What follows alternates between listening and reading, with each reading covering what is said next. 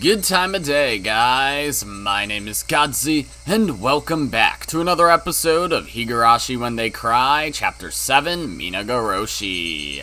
Last episode, Rika was cooped up at home, got a call from Okanogi, and she's like, well, I can't fully trust Okanogi, but there's a chance that he's against me, so I'm gonna get protection from the police, too. And then Satoko and the rest came over, and she's like, okay, time to rely on my friends, I guess, and tells them the history of Hinamizawa syndrome. So, scoliosis, and now I guess we're gonna see their reactions to it. Meep. And that's the end of my story. As I thought, everyone was staring at me with their mouths open in shock. Even a Wishi wouldn't believe a story like this. That's only normal. I'm sure I sound like a crazy person. Satoko, we go to the clinic every week to help with Irie's research, right? We're not actually just helping him. We go there so you can get treatment. I remember. You told me that Satoko was ill. Me? Ha ha ha! As you said, it's not only me, but the whole village that is infected with this disease. Why would I have to take the shot every day and not everyone else? I thought it was just a new type of vitamin that the coach is developing. At one point, you were a terminal patient, Satoko. That's why you need 2 shots every day to keep your symptoms under control. Irie is very passionate about saving you, but he still can't find a better treatment than that. Don't think he's not still working hard to find a cure, though. Don't you joke around! I thought we were getting financial support by aiding his research. I don't want to get those shots every day for the rest of my life. Satoko looked upset that she had been completely ignorant of all this. She also didn't want to accept the reality of having to manage her condition. Her fake laughter sadly echoed in everyone's ears. Keiichi opened his mouth to speak. So, if she misses a shot, she'll react like she did the other day. There was a day where she forgot to take her shot. She convinced herself that the principal was her uncle. Her fear escalated, and she thought her uncle came inside the school to take her back home. Once she feels that way, there's no turning back for her. Yes, she will. That's why I tell her to be sure to take her shot every day. I don't believe you! What do you mean I'm a terminal patient? I'm me exactly! I refuse to believe it! When did I even become so sick? Satoko's face contorted as tears began to flow from her eyes. I shouldn't have said this. Satoko was starting to remember something she's not supposed to. I'm sorry, Satoko. You don't have to remember. That was just an accident. It wasn't your fault. No, this is a lie. You're just lying to us.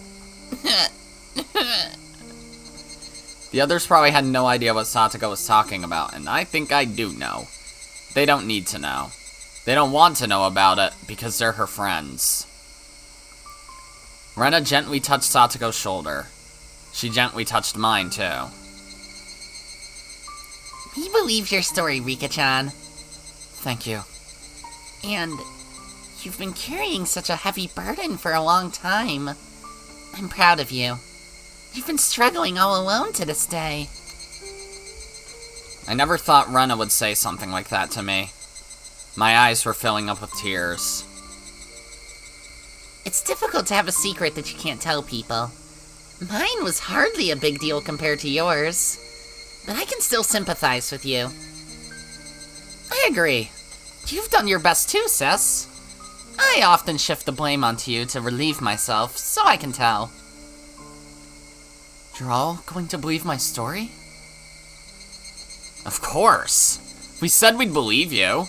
It's a bit of a relief, since a lot of my questions about this village are answered now. So, is everyone in this village infected by that disease? That Hinamizawa syndrome? Yes, everyone is infected. But unlike hundreds of years ago, this disease is much weaker now. That's why people can survive even if they move far away, or go somewhere far for a trip.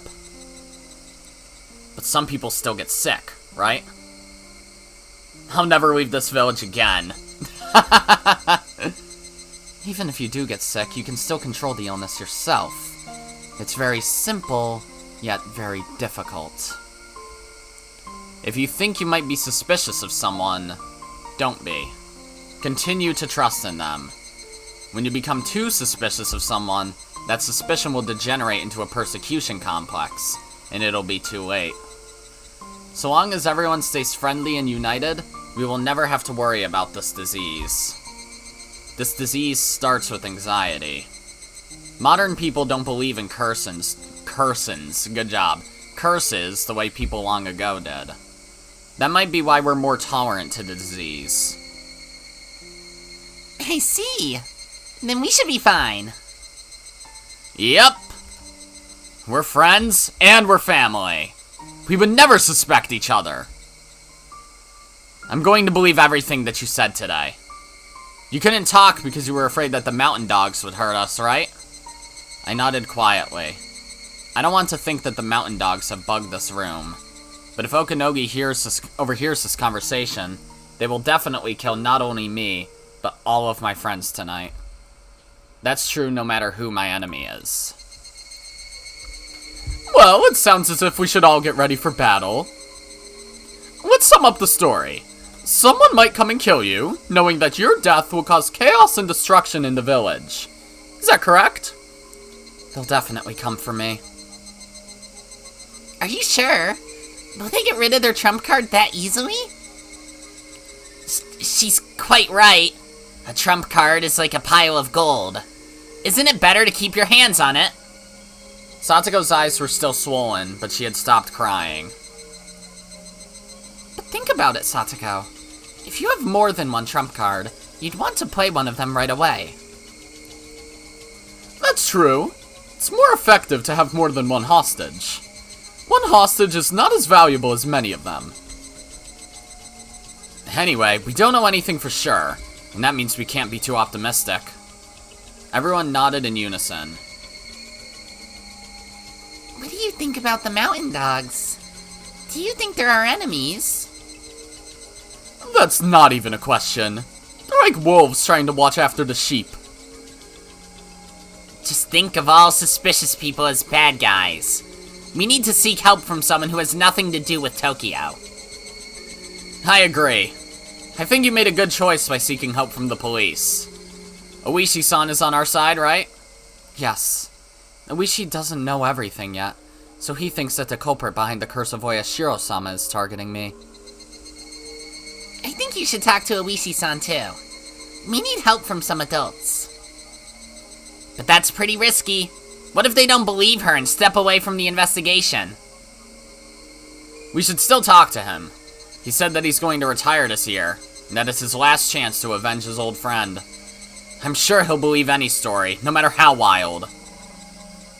Yeah, he helped us when we were trying to save Satoko-chan too. I think he'll remain on our side. Okay, let's talk to Oishi. Where's he now? He's out in Gifu Prefecture. He went to check on Takano's body. Oh, she was found in Gifu, right? Burned to death inside an oil drum. Why does he have to go there directly to check on her? There's a possibility that it might not be Takano's body, but the Gifu Police Department isn't being very cooperative. You said that the mountain dogs specialize in preserving secrets and manipulating information, right? That corpse is pretty suspicious.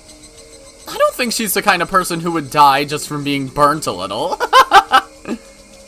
It's still possible that Irie is the bad guy and that he killed Takano. That's what Okanogi tried to make me believe.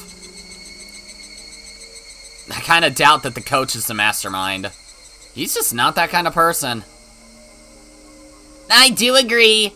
He's very nice as long as you don't let him talk about maids. As a manager of the Hinamizawa fighters, I also think the coach is innocent. He's more like someone who could easily be used. Maybe he's too good a guy. Seems like everyone suspects Takano-san. Well, we're just saying. If we compare the coach and Takano-san, you know? Takano-san would be pretty upset to hear that. Blah ha ha ha ha ha.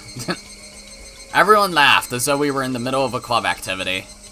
If they're after my life, they'll kill everyone here. It's very possible that they'll all get involved in this mess, and they know that. That they could still laugh is really significant, I think. I started laughing along too. It's odd that Takano-san's body was found in Gifu. If someone wanted to make it look like she killed Tomitake, they would hide her body somewhere nobody would ever find. Burning her body in the middle of the woods is like begging people to come across it. Yeah, that makes sense. It's like they're trying to force an unidentified body to be Takano-san, just because it was found outside the prefecture and the police here can't investigate further. That's the specialty of the mountain dogs, right? I think it's pretty obvious at this point. The mountain dogs are working for Takano-san, right? And the leader of the dogs is saying that the manager is pulling the strings. I bet Takano-san and them are working together. Tomitake-san died the way he did, so that coach should be suspected. But Tokyo is the only organization who would suspect the coach. They also found the body of the true mastermind, Takano-san. Tokyo will suspect that the manager killed both of them. I see. This is a well-planned setup. Though it's not perfect. It sounds like the mountain dogs are setting the coach up. Well, I think we should talk to Coach directly. That's the best way to go about it. That's a good idea. I can tell if he's telling the truth or not, just by looking into his eyes. Yeah, you're good at that, Renaissance. The mountain dogs are also running security on Irie right now. He might not be able to get on the phone. What? That sounds even more suspicious! I hope the coach isn't in danger right now. Me too. If I was a member of the mountain dogs, and I was going to set him up, I'd kill him before he said something I didn't want him to say. A dead person can't say anything, huh? Iwishi will return as soon as he takes care of business in Gifu. I don't know what time that will be, but he'll be here for sure. As one, everyone glanced at the clock. It was already past 6:30 p.m. and starting to get dark. No wonder I'm so hungry. We'd usually call it here if this was a normal day, but everyone decided to stay until Iwishi came back and discuss what to do.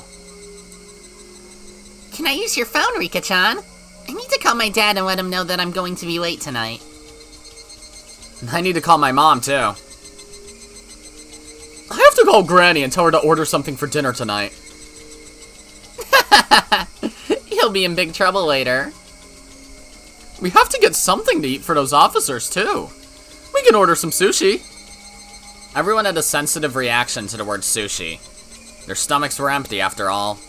The same should be true of those officers, too. Are we going to order something too, Rika? I don't feel we have that kind of money. Satoko, why don't you cook a stir-fry for everyone? What? I can't! I've never cooked for this many people! Satoko stir-fry? I'd love to try it, as long as there's no fingers inside. Satoko-chan, I want to eat your food too. I want to. At that point, the phone rang. Hello, this is Furude speaking. Oh, glad to hear you're still alive. It's Oishi. I finished up everything in Gifu, and I'm heading toward Okinomiya right now. I'm calling from the gas station. What about Takano's body? We did it! We were right! Gifu made one incredible easy mistake on their paperwork. What a stubborn bunch! I really had to let them have it, let me tell you. Takano and her vehicle are still missing. She may have some information regarding Tomitake's murder, so I've just issued a search warrant for her. I'm getting close to revealing the secret of the curse of Oyashiro-sama, and I'm going to solve this case. Iwishi sounded so motivated. He'd finally found the hint he'd so desperately wanted. Could he actually solve the case, though? I'm looking forward to hearing your story. I'm heading to your house with Kuma-chan, so please tell us whatever you know. You can talk to me about anything you can think of. Yes. I'm ready to tell you about everything. Oh my! I look forward to hearing it. I should be there in about an hour. It sounds crowded over there. Are your friends there with you? Yes. Everyone came here to offer their help. I see. You've got some wonderful friends. It's probably better for you to stay with them. Good way to keep the criminals at bay. Alright, we're heading out. I'll see you soon. Was that Oishi-san? Yes. He's heading this way with that other detective. This is the first time this room will have so many people inside it. How many people will it be? 8? Can you count? There's 6 of us here, so 8 people? I do hope our floor won't break. What, are floors flimsier in Japan? Oh, I'm the 9th person. Hanyu, were you listening to us? This is turning out to be very interesting. Do you think it'll be different this time? Yes, I'm sure.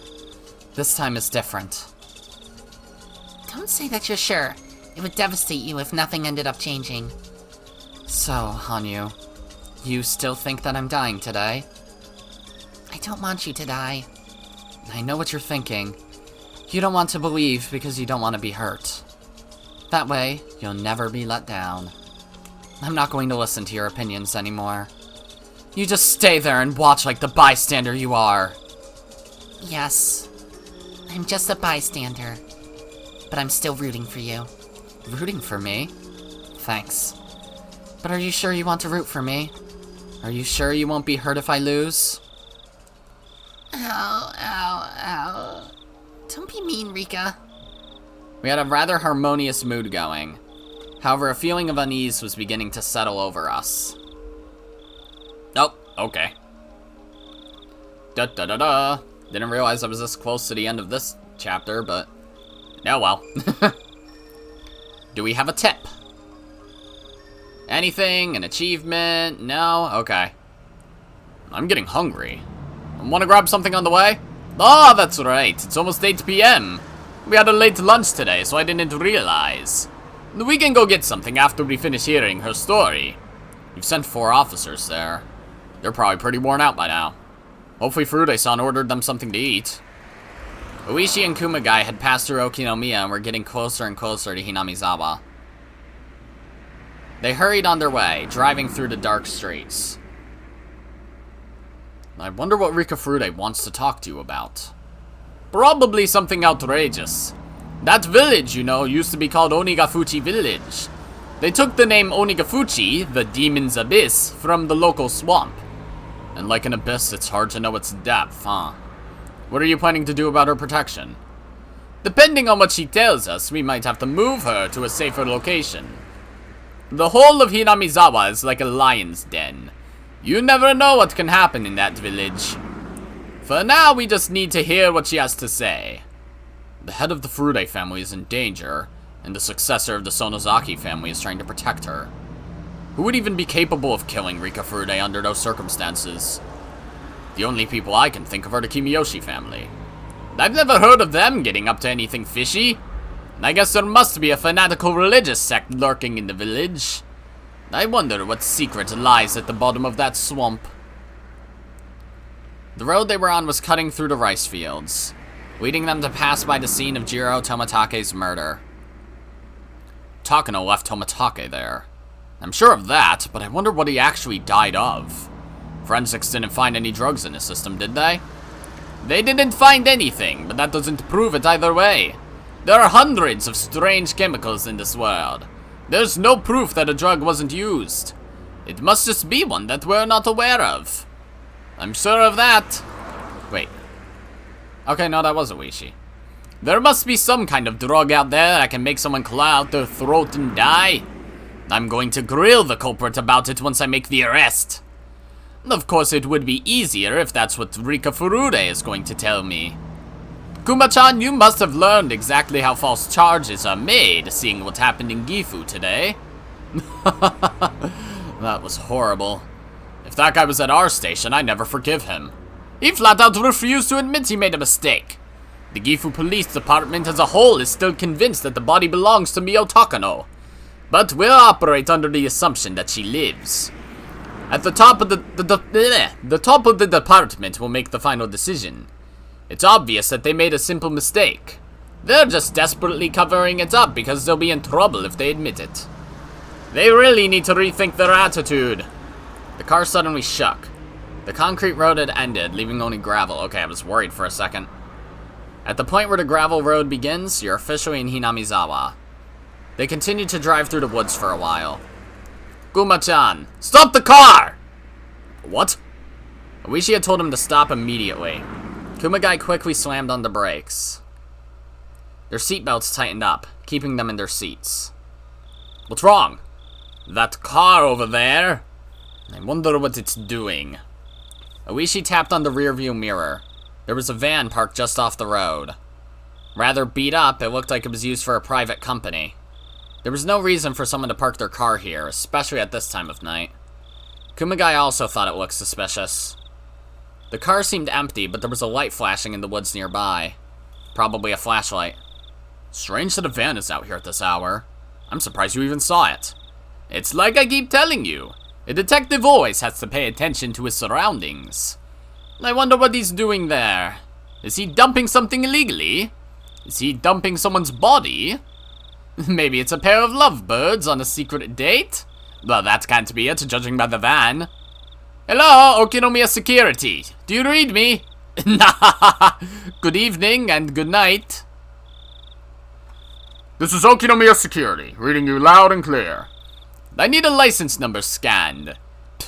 XXXXXXXX. That's XXXXXXXX. It might take a while. We'll wait. Oishi-san, according to this map, there's a facility of the Nippon Telegraph and Telephone Corporation here. What in the world is a facility of the NTT? It was listed as a facility, but it wasn't staffed.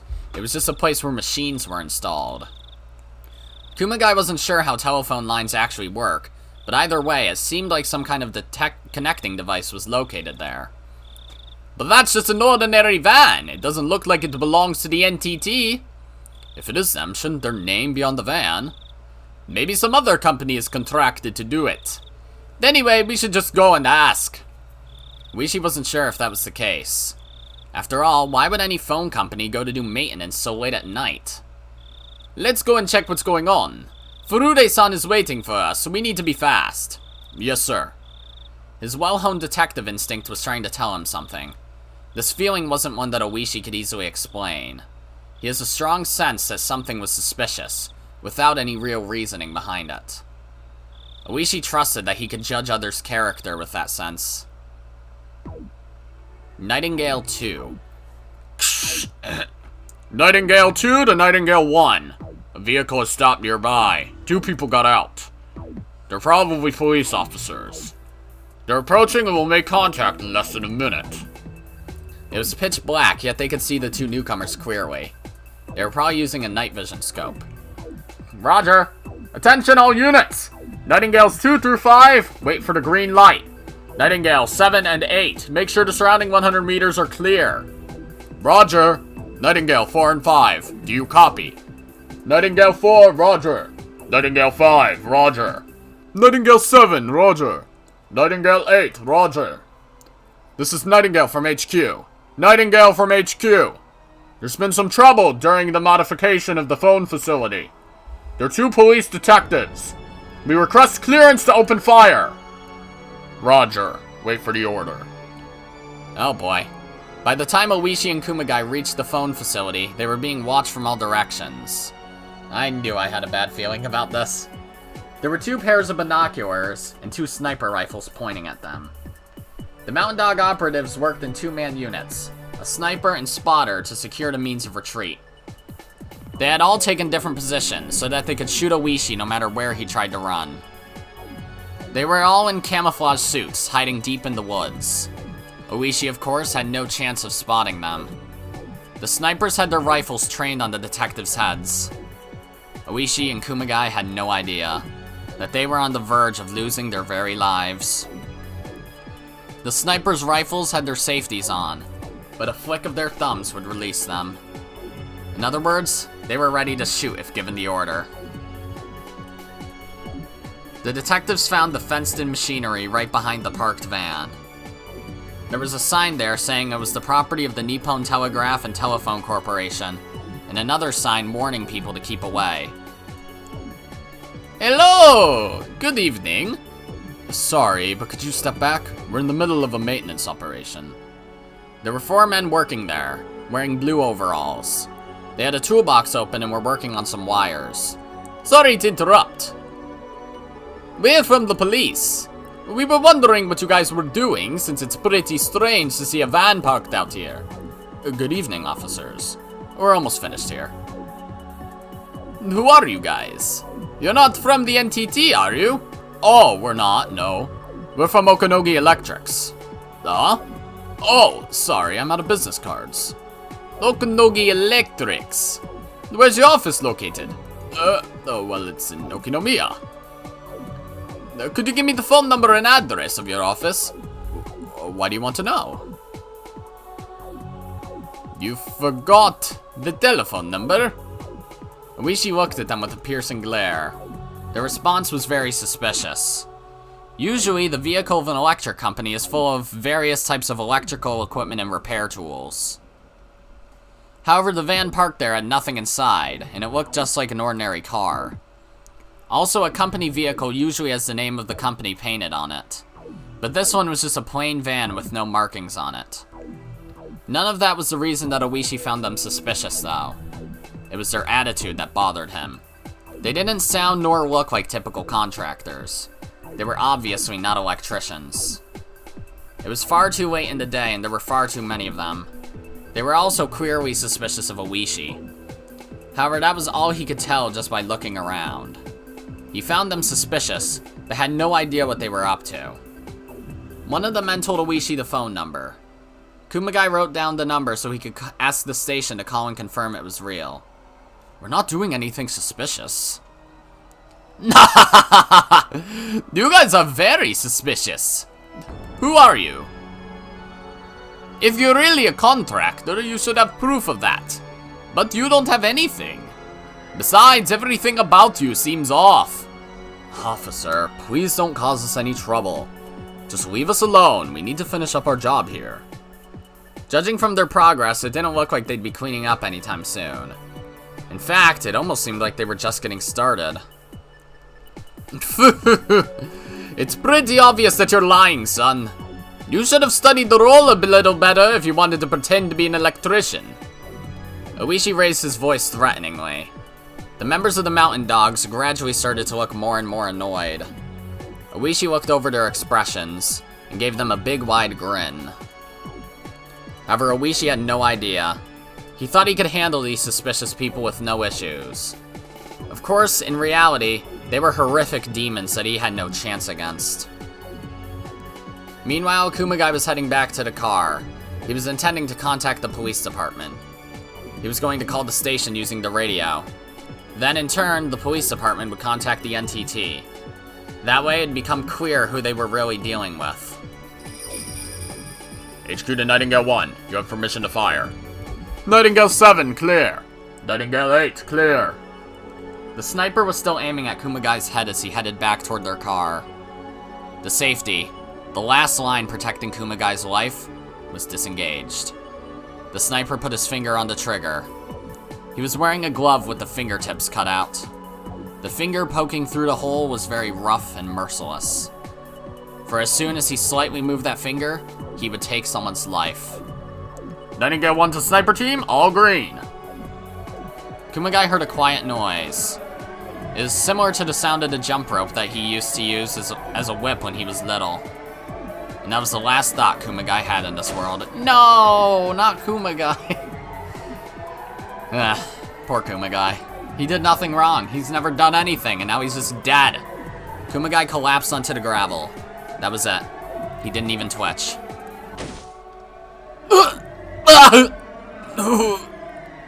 Oishi was laying on his back on the concrete after getting shot in the chest. His lungs were filled with blood, which began to pour out of his mouth. Oishi only realized that he'd been shot when the world began to blur before his eyes. As his world keeled over, He saw a man in a work uniform leveling a gun at him, but it didn't matter anymore as he started drowning on his own blood. Ripperoni, Policios. This is Okinomiya Security. We scanned the license plate number.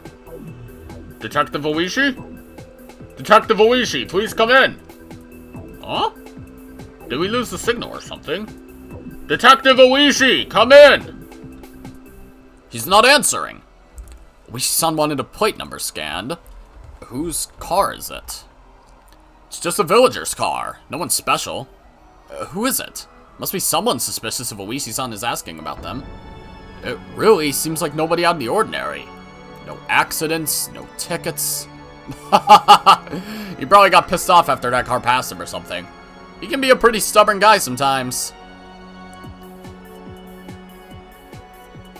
Well, rip. This is Nightingale. Both targets eliminated. Resuming the mission. Roger. Be sure to dispose of their vehicle. Major, Nightingale just terminated 2 officers. They're resuming their mission. Oh, and she's in her fucking uniform. The villain costume. Sweet dreams, Oishi-san. Too bad, he was getting so close to catching me. Can I get a cup of coffee? Phoenix Ford. Absolutely. This is getting complicated. There are still several officers at R's house, and her friends are there as well. R must know that she's getting murdered tonight. Someone's leaking information. I think we should postpone the plan. We have to have her corpse by tomorrow. That's what's most convenient for the people in charge. We have to execute this mission tonight. The crucial part of this final mission was the death of Rika and what came after that. They couldn't just kill her whenever they wanted. Doing it at the right time was vital. Maybe she's panicking at the dog's excessive security? No. It's not that information is being leaked. She's predicting it. She knew that Toмотake was going to die, and she even knew how my body was going to be found. She's the queen. She's the genuine heir to the blood of Oyashiro-sama, her priestess, and the queen positioned at the top of Hinamizawa's supernatural phenomena. It's impossible to hide things from God. Assassinating Rika Furude won't be so easy. Alright, Rika-chan. Let's see which of us deserves to inherit the legend of Oyashiro-sama. Your death will be the final curse of Oyashiro-sama, and it will mark the finale of this legendary village. When that happens, my plan will become the real curse.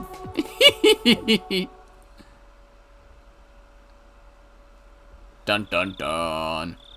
It was now past 8 p.m. Mion ordered some noodles for us, her treat. We also ordered some food for the 4 officers and we all ate together. We were supposed to call it a night as soon as we talked to Oishi, but he's still not here. However, we all took it easy, assuming that they'd get here sooner or later. It's getting late. Once you get to Hinamizawa, there aren't many places to get something to eat. I'm sure they're having a quick dinner before coming here. However, the 4 officers seem anxious. They all had families, but Oishi didn't tell them how late they'd have to be out here. They're hoping that Oishi will bring other officers to relieve them so they can go home.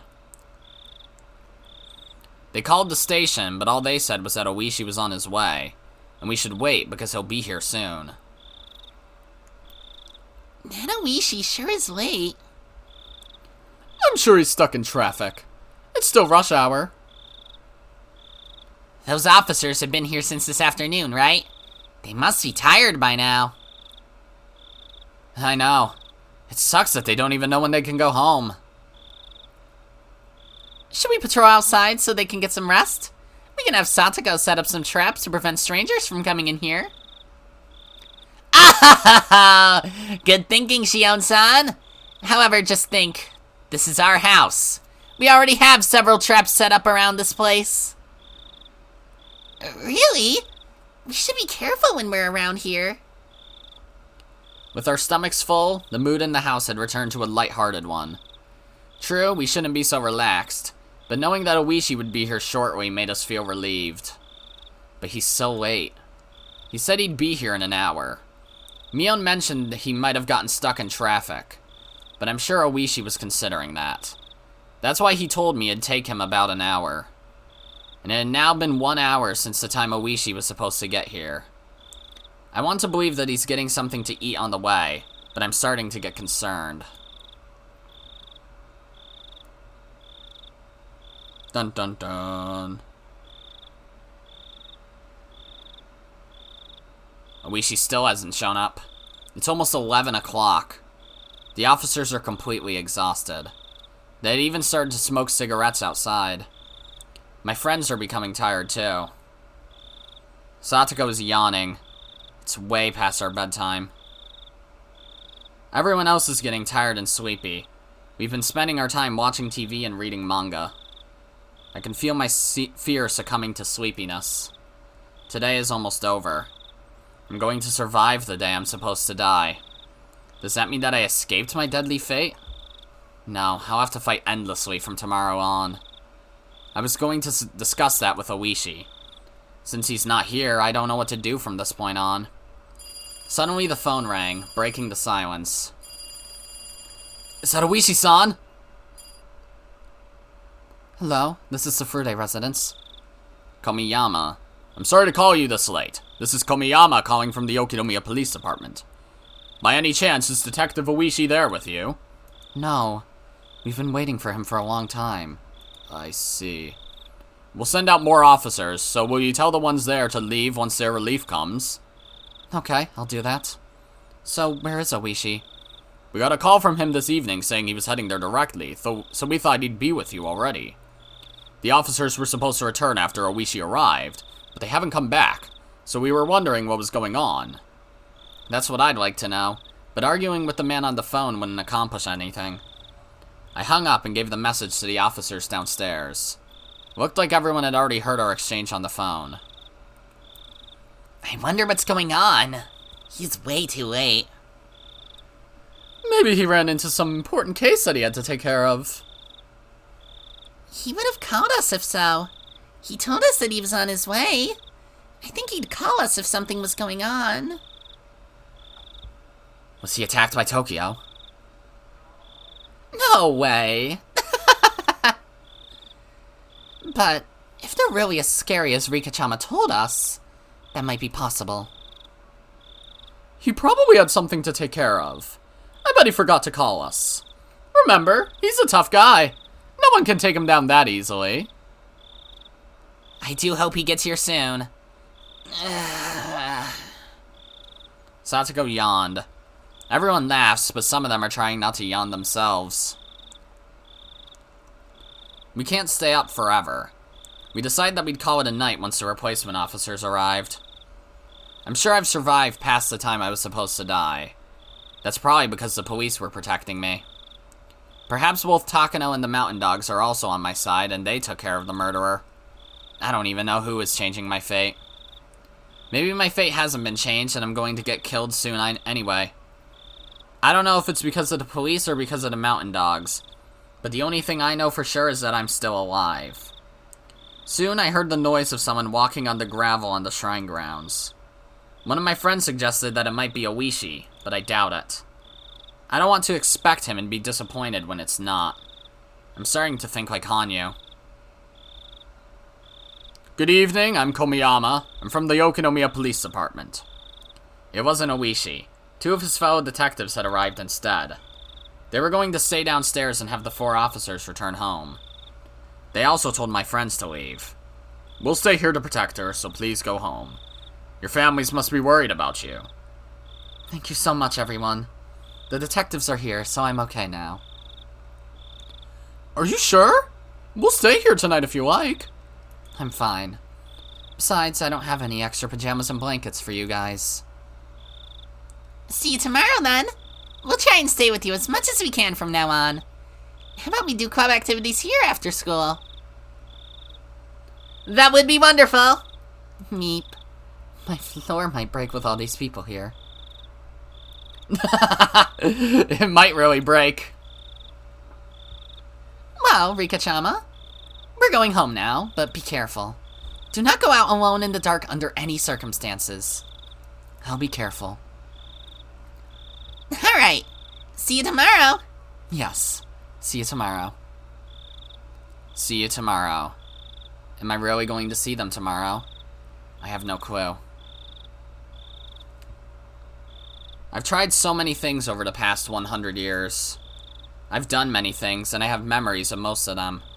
That's why I feel so scared on the day I die. It's the only day that I have no memory of.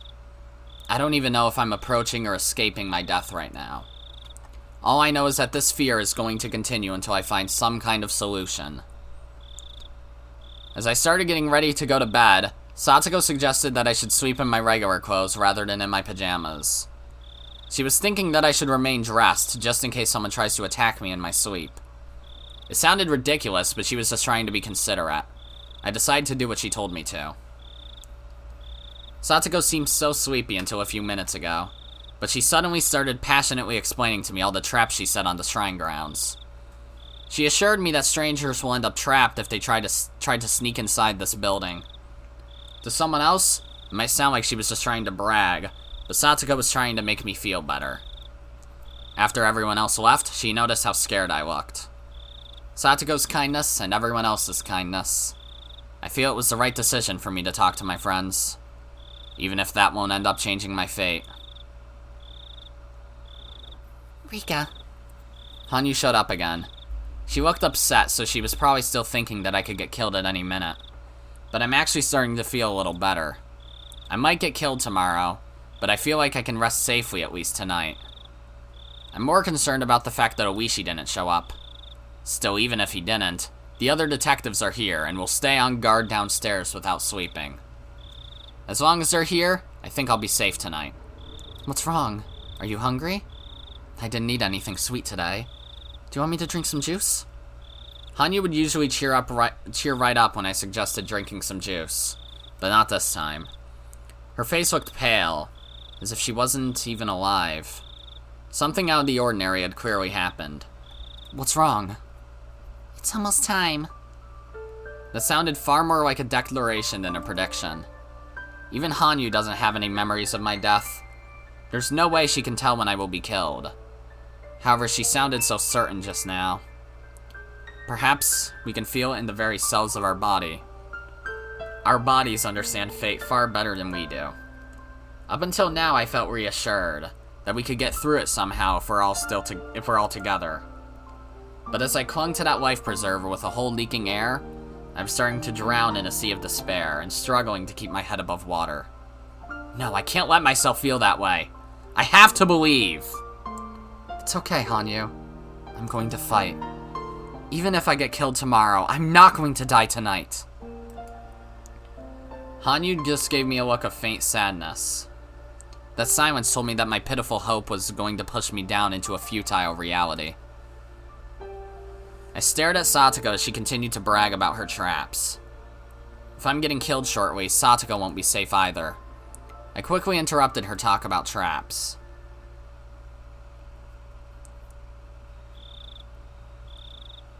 Oh boy. The time was 1 in the morning. Well, you survived. You survived the day. As it's hardly a big city, 1 a.m. in Hinamizawa is the middle of the night. The darkness here gets very deep. There was light leaking out from the first floor where 2 detectives sat on guard, but everything else was pitch black. Even the moonlight seemed indistinct. It's time. 2 detectives are downstairs. It's been more than an hour since the light went out above them. Awaiting orders to begin the attack. What a beautiful night. You have permission to engage. Should we terminate the detectives? Yes.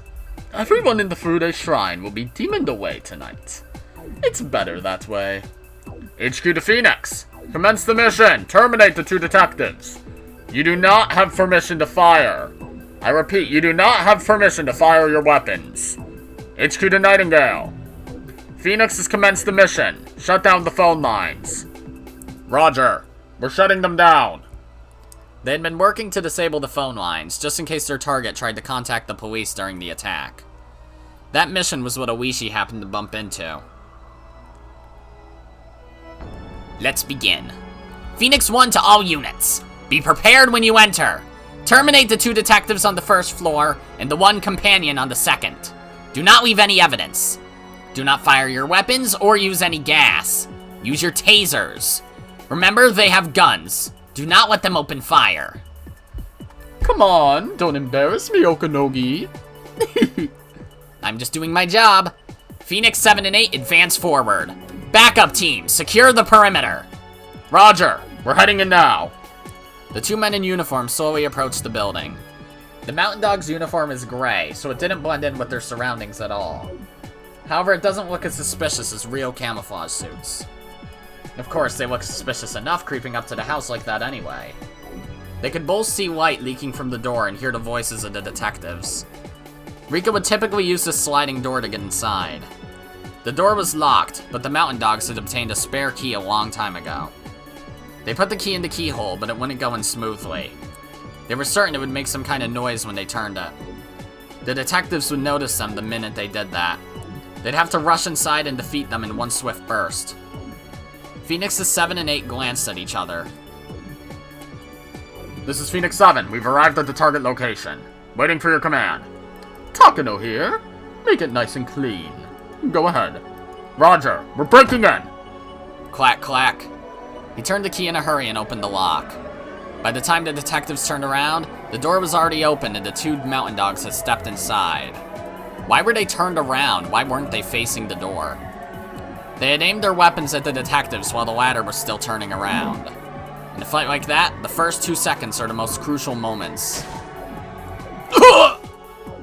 The detectives collapsed, making minimal noise. There were needles stuck in their bodies, and those needles were connected via wires to the attackers' guns. In other words, the weapons those two had weren't ordinary guns. They were stun guns in the shape of firearms.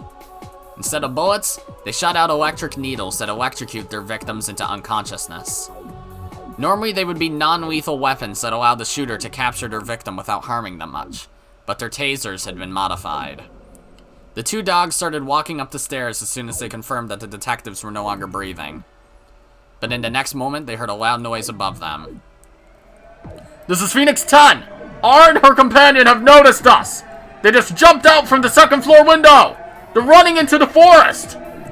Attention, Phoenix 4 and 5. They're heading your way. Capture them. Roger, let's go. Oh, jeez. Phoenix 4 spotted the two girls and started after them, but he suddenly stepped on something hard. Pow, pow, pow! With a cheap-sounding explosion, the area was filled with smoke. That was the trap Satoko had set using firecrackers. That had proven to be a very fortunate idea. The Mountain Dogs dropped to the ground, assuming that they were under fire. That gave Rika and Satoko a chance to escape. Who are they? Are they the organization from Tokyo you were talking about? I think so. Just run! We're dead if they catch us! What's going on? What was that noise? This is Phoenix 5. Someone was shooting at us. R has escaped. We'll continue the pursuit. Shit! They were just some firecrackers! Damn it! That must be Satoko-chan's handiwork. She's pretty good. What? Hurry up! Don't let them escape inside someone's house! This is Phoenix 18. I've spotted the target. I need some backup. They know this area very well. If we don't get them now, we'll definitely lose them. This wasn't a game of hide and seek. It was a game of tag. Several men in uniform were chasing after Rika and Satoko. They weren't idiots, so they didn't waste energy on a futile act of shouting wait. This was a quiet, deadly game of tag in the middle of the night.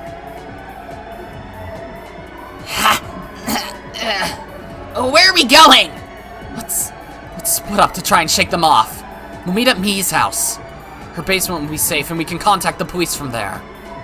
Satoko had no idea that Mion had a basement in her house, but she didn't have time to ask anything about it under her current circumstances.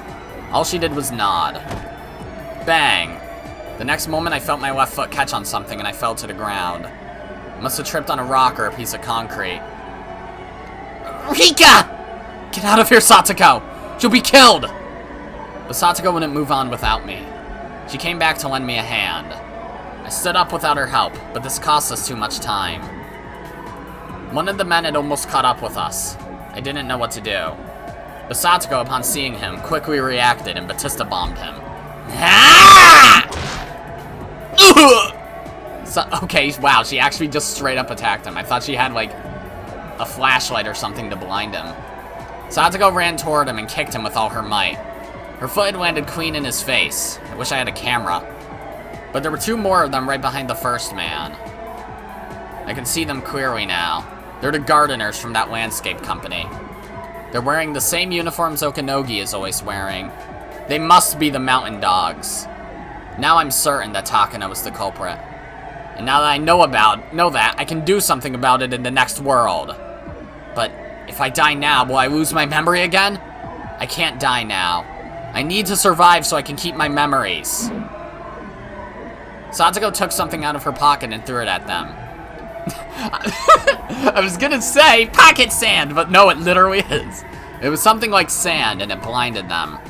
However, even that could only buy us a few seconds. Are they not wearing goggles? If they're like a pseudo-military organization, you'd think they'd have like helmets and goggles. Satoko tried to run, but she froze as soon as they aimed their weapons at us. Their stun guns are only shaped like firearms. Satoko, not knowing that, thought they were real guns. Knowing that she'll be shot if she turned and ran, Satoko tried to attack them instead. Of course, there are 3 of them. Most would think it impossible to drive them off, but Satoko didn't think about that. She had a 100% chance of dying if she tried to run. Then she might as well fight back, because she might have a 1% chance of defeating them. Satoko is determined to save me, even if at her own expense. But I can't stay in this world if it means losing Satoko. I'm dying anyway. I'd rather die for Satoko's sake than lose her. But another me was shouting in my mind, if I don't survive this, I'll lose this memory. If I die without keeping this memory, this life and everything I've learned will all be wasted. Should I escape and leave Satoko behind? That's right, I should use this experience to my advantage in my next life. I should just let go of her in this world. No way. That really would make me a witch. But I know in my heart, there's no way I can win against these guys. I'm sure their backup will get here if we take our time to fight them. Should I fight them for her, or should I leave so I can confront my true enemy? Oh, Christ. Oh, what? I didn't click anything. I was gonna save. I swear I didn't click anything. I don't know which one it chose. Satoko! Satoko's bravery gives me courage. If I left her, I'd lose my motivation to defeat fate. I don't care if I lose my memories. It only took 100 years for me to get this information. I don't care if I have to spend another 100 years in this same June. I can't leave Satoko. Satoko! I'm fighting too! Rika! I told you to go! I had noticed something. They're only aiming at Satoko. There must be a reason why they can't shoot me. So I stood in front of Satoko to protect her. Just as I expected, they put their guns down and prepared to take us out without weapons. You guys are the mountain dogs. So Takano's behind us. Yeah, I'm so stupid. I know who you are, but I chose not to run. I'm not going to run. Even if you're going to kill me now. Someone once told me that fate can be destroyed as easily as a piece of paper. They must think this is my final speech. They let me talk until I was finished. I guess the Japanese don't mind letting their opponents look cool before killing them. You people are pathetic. That's why you will never kill me! The next moment, one of them dropped to the ground. Keiichi had run toward him and kicked him from behind. Yo! Keiichi had kicked him right in the small of his back, and the dog was squirming on the ground. That, if dog wasn't capitalized, that would be a fucking horrible line out of context.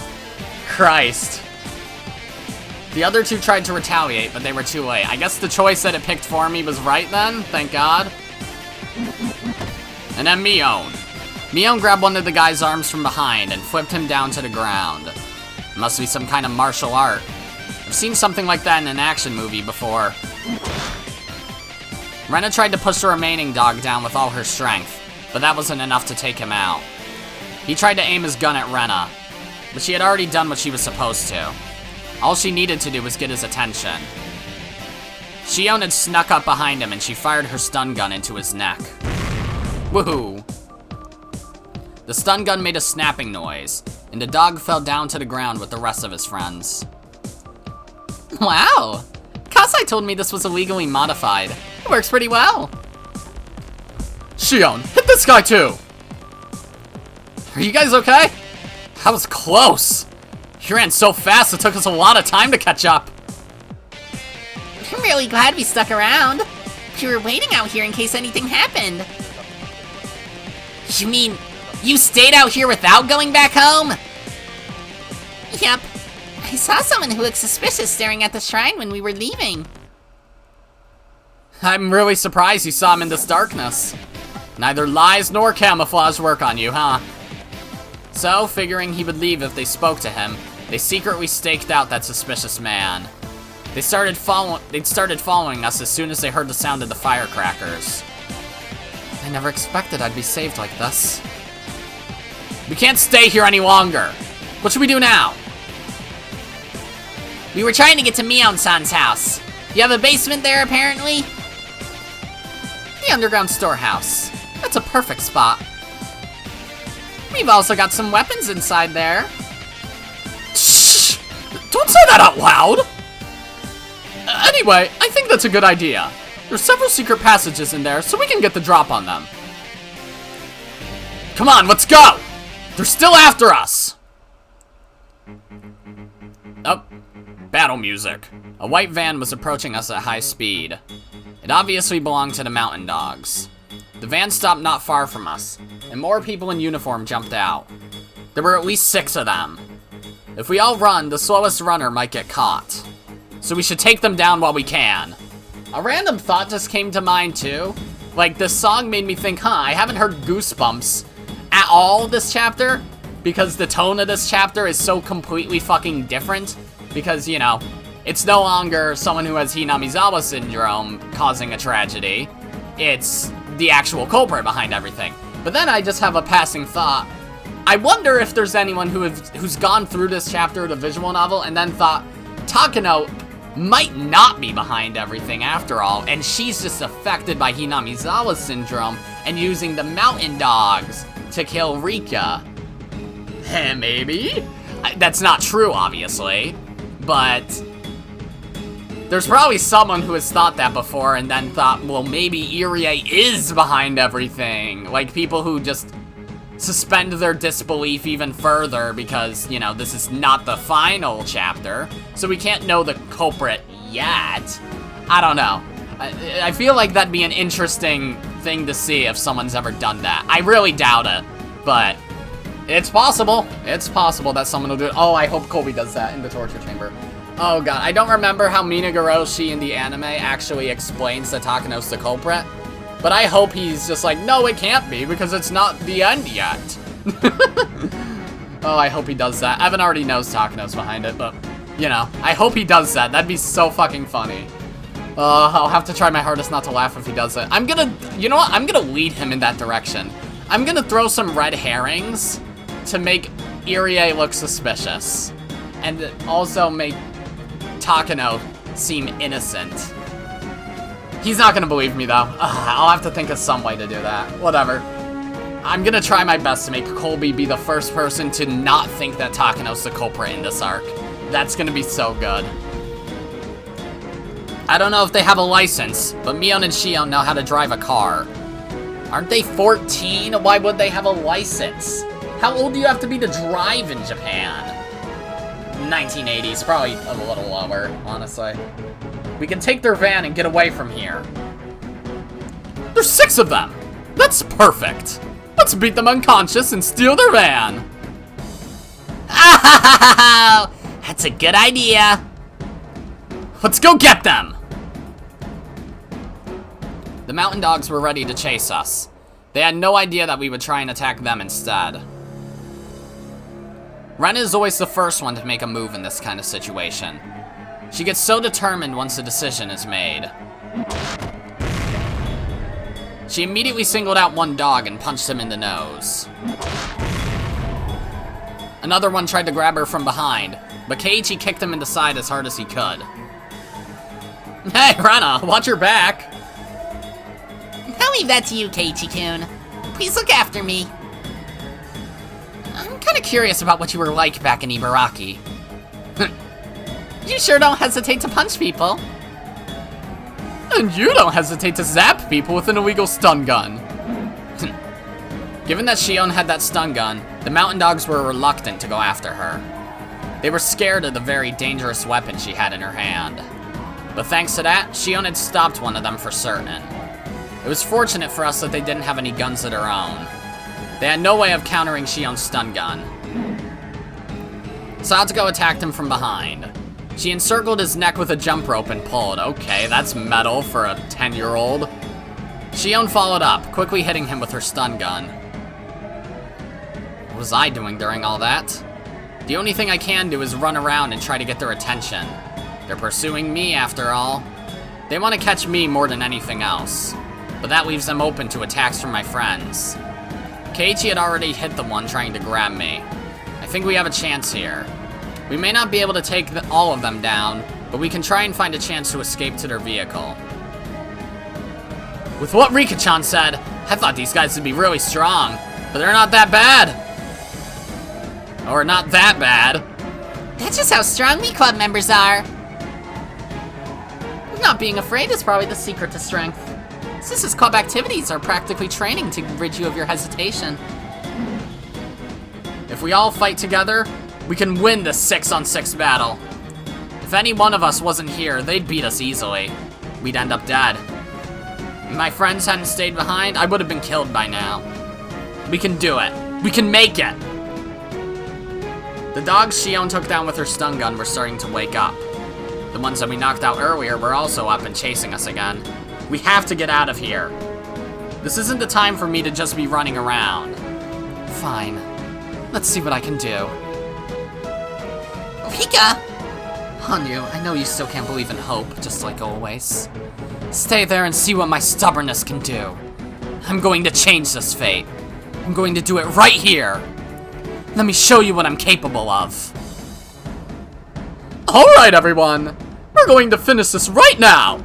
Take down whoever's in front of you. Then we're going to grab their car and get out of here. Yes, I'm going to do this.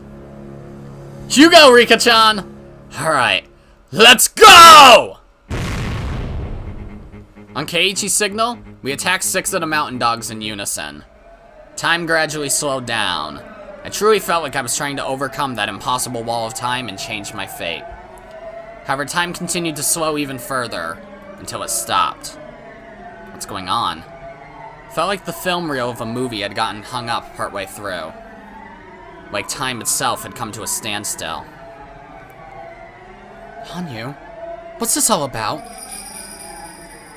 The time has come. What? Why? Wearing a sad expression, Hanyu pointed at Keiichi. I finally noticed something. All my friends had noticed already, except for Keiichi. Oh boy. Keiichi, what's that floating in front of your chest? What do you mean?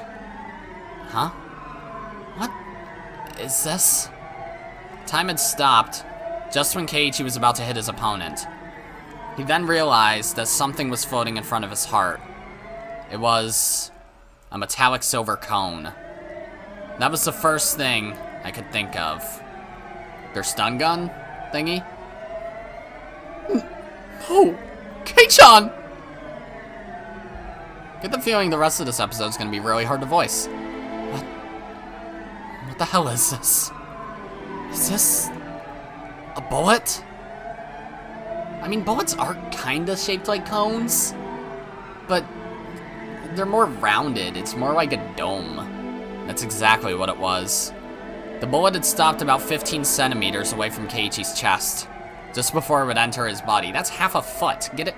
Just Matrix. Okay. That's right. Once time starts moving again, it will slam into his chest. In other words, it's too late. Keiichi will immediately die when time starts up again. Who shot it? Those 6 guys didn't have any guns? Look! Over there, by the van! Satoko couldn't point at the van. Time had completely stopped after all. We could see another person standing near the van. There had actually been 7 people inside, not 6. That 7th person was the one who fired the bullet. We hadn't seen her at all. That person is someone we all know very well. Yes, it's Takano. It's Takano-san! She shot the gun? She shot Keiichi-kun? In the frozen world, Takano was smiling, still aiming her gun at Keiichi. Takano had been watching us from the van this whole time.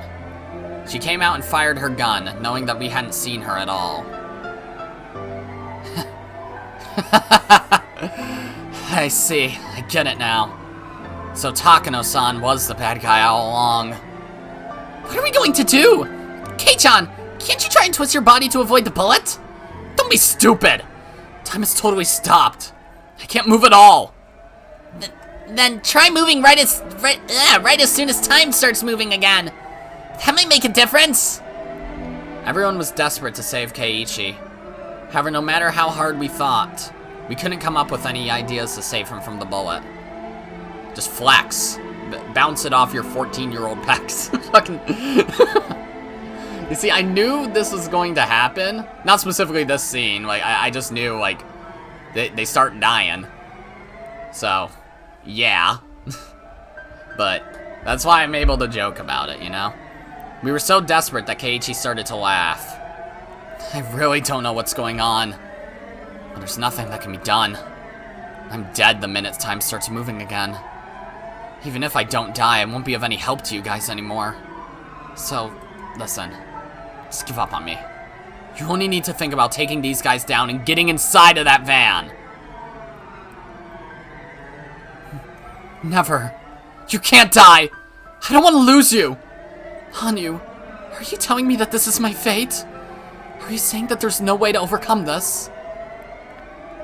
It's okay, Rika. You won't remember this. You won't. No! No! Kei-chan's not going to die! Stop it, Mi-chan! Let's concentrate on taking them down. I'm sure Keiichi wouldn't want us spending time turning back to him as he falls. That's exactly how I feel, Rena. Guys, take care of Rika-chan.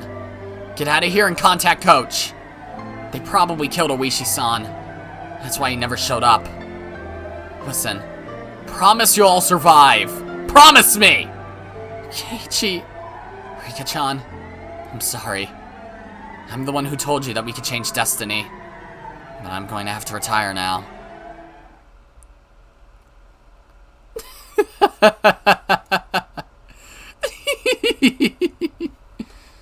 It sounded just like Takano's regular laughter, but it was the scariest noise I'd ever heard. Are you ready to let go of your life now? Takano-san, we haven't lost just yet. Done watching your life flash before your eyes? The silence suddenly ended, and the clamor of reality returned. An explosive sound then hit Keiichi straight in the chest. I watched Keiichi collapse right in front of me. He fell down on his back while his blood splattered everywhere. And after that, he stopped moving. There's no way any of us weren't shocked by that. We tried to take down the foes in front of us, but more came from behind. We tried to struggle as best we could, but there was no way we could win against all those adults. I did my best to fight them off, but they pulled my hair and picked me up as if I weighed nothing. I heard everyone's desperate screams of resistance. The comforting and courageous unity we showed right before Keiichi was shot, shattered like glass. The debris of that glass lay sadly on the ground. Takano's annoying laughter was still echoing inside my ears. Takano to HQ. I've taken care of it. I need what I told you before. I also need someone to clean up the bodies. Send me 5 bags and some water to clean up the area. Understand? She needs 5 bags? My body froze up, but time did not. Takano, laughing, pointed her gun at Mion's head. Hey, are you kidding me? I've always wanted to see the tattoo on your back. I'm going to take a peek at it later. Sure, have a look if you want. It's nothing special. Oh, you don't think I'll find it interesting? Stop! Don't shoot her! Takano shook her head in response to Rena's scream. I have to kill her. She's the leader of your club, so she has to go first. So then why'd you aim at Keiichi first? You're bullshitting. No. Stop! Double kill. I'm sorry. I'm so sorry. There was a dull noise, followed by Mion's body twitching.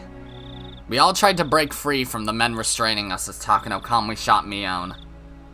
However, they were too strong, and all we could do was squirm like insects. Takano was enjoying watching us struggle. She then stepped towards Satoko, but Shion started screaming curses at her. My. You want to be shot before her? You could have stayed alive a few more seconds if you were nice and quiet. Stop it, Shion-san! Don't agitate her like that! I know why she's doing that. Shion wants to protect Satoko for as long as she can. She's trying to do what Satoshi told her to do. Takano didn't care one whit for Shion's feelings. Stepping over Keiichi's body, she approached Shion. I get it now. You killed Satoshi-kun, didn't you? Isn't that the truth? Sorry, I don't like giving out secrets, so I'm not telling. Okay, damn. Shion's body twitched. That had followed the dull sound of another gunshot. Just 2 dull sounds had stolen away the lively Sonozaki sisters. It didn't add up. I started shaking from fear when it hit me just how easily Takano can take away lives. Is that amusing for you to take away innocent lives? You monster! Oh, so you want to die next? You were going to be the last one if you stayed quiet. Keiichi, Mion, and Shion died. The oldest one of us left was Rena. Rena didn't want to see Satoko and me die before she did. So you were the culprit behind a series of mysterious deaths in Hinamizawa. Do you think you're Oyashiro-sama's proxy or something? I'm not a proxy. I'm handing out divine punishment. It's too bad that you're not going to see it. Soon enough, Oyashiro-sama's wrath is going to destroy the whole village. But I'm the one who's going to make that happen. It's my curse. Yes, I'm going to become Oyashiro-sama. I'm going to become something more than human. You'll never understand how I feel.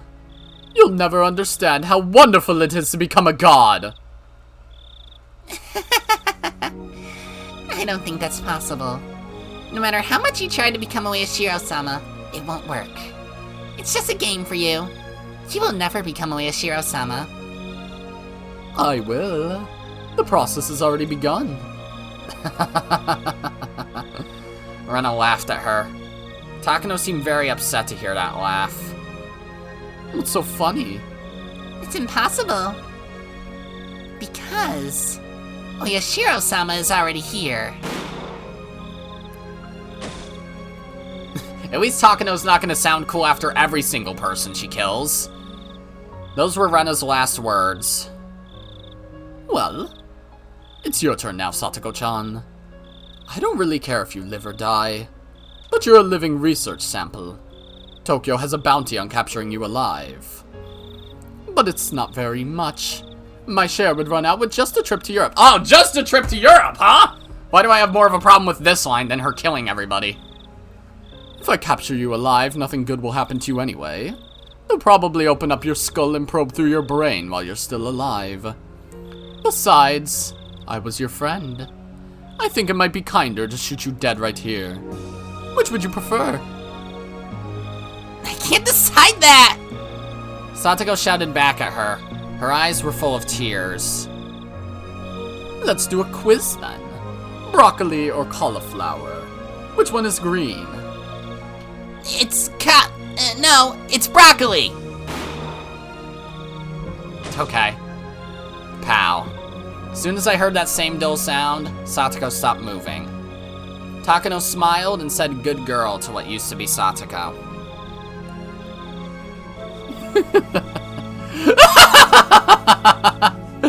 This really is such a lovely and beautiful night. Don't you agree? So, you're going to kill me too? Yes, I will kill you. The corpse of the Queen Carrier is the key to this mission. You're going to become an ugly political tool far away in Tokyo.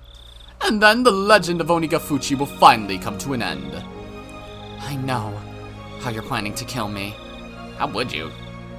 Oh, you do? Let's hear it. I'm not going to say it, but I know. It's Watanagashi. She wants to do the real Watanagashi, using my body. I'm sure she's planning to cut open my stomach and pull out my guts. To do that, she'll make me inhale some chemical to put me to sleep. I vaguely remember that part. I guess you already know. Good night, Rika-chan. One of the dogs approached me with a handkerchief soaked in a chemical substance. Wait a minute, Takano. Everyone's dead, but you're begging for your life? That's not it. If you're going to kill me, do it without putting me to sleep. No, I know what she's doing here. Takano hadn't expected to hear that. Still, even though she was surprised, she nodded with a slight smile. Hanyu was also surprised to hear that. It would obviously be a terrible way to die. What are you thinking? Wouldn't you prefer an easy and painless death? You know it's going to be horrible, right? I'm going to cut open your stomach while you're still alive. I don't want to forget about it. Yes, I'm doing this so I'll remember. I'm not going to forget about it. The picture of you cutting open my stomach will be forever burned into my soul. I'm never going to forget that. Next time I see you, I'll remember that you did this to me.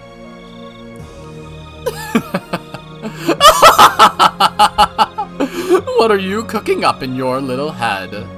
I guess you're smarter than the other kids. At least you'd get to have a chance to scream for your life. I'm not going to let you do that, though. They forced something other than the handkerchief inside of my mouth. It was a gag.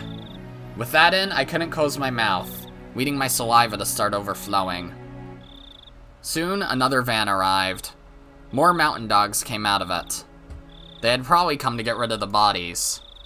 They grabbed the corpses of my friends and stuffed them into body bags. After that, they sprayed a bunch of water on the ground to clean up the blood. They asked Takano how many shots she fired, and started looking around for the bullets. They were erasing all the evidence. By the time the night was over, there'd be no more proof left. They pulled my hands behind my back and bound them with handcuffs. My ankles were tied up too. They also tied my ankles and wrists together. My body was bent like a shrimp, and I was no longer able to walk. My mouth was covered so I couldn't even talk. I couldn't move, talk, or express myself in any other way. They had taken away everything that made me human. Therefore, I wasn't human anymore. I was just a toy named Rika Furude, a toy to give Takano joy. The car started moving. Seemed like we were going back the way we came, but I didn't care anymore.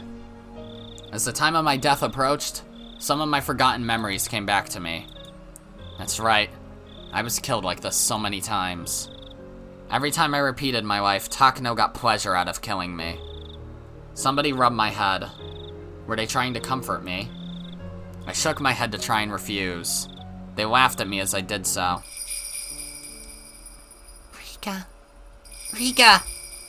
Hanyu showed up. She couldn't hold back her devastated tears. Again. It didn't work. It didn't work again. Again! When I saw Hanyu's painful tears, I was convinced. I was wrong. Hanyu is not just a bystander. She's too scared to face reality because she can't stand the pain anymore. Hanyu wants a happy future too, but her hopes were betrayed countless times, and she was hurt far too much.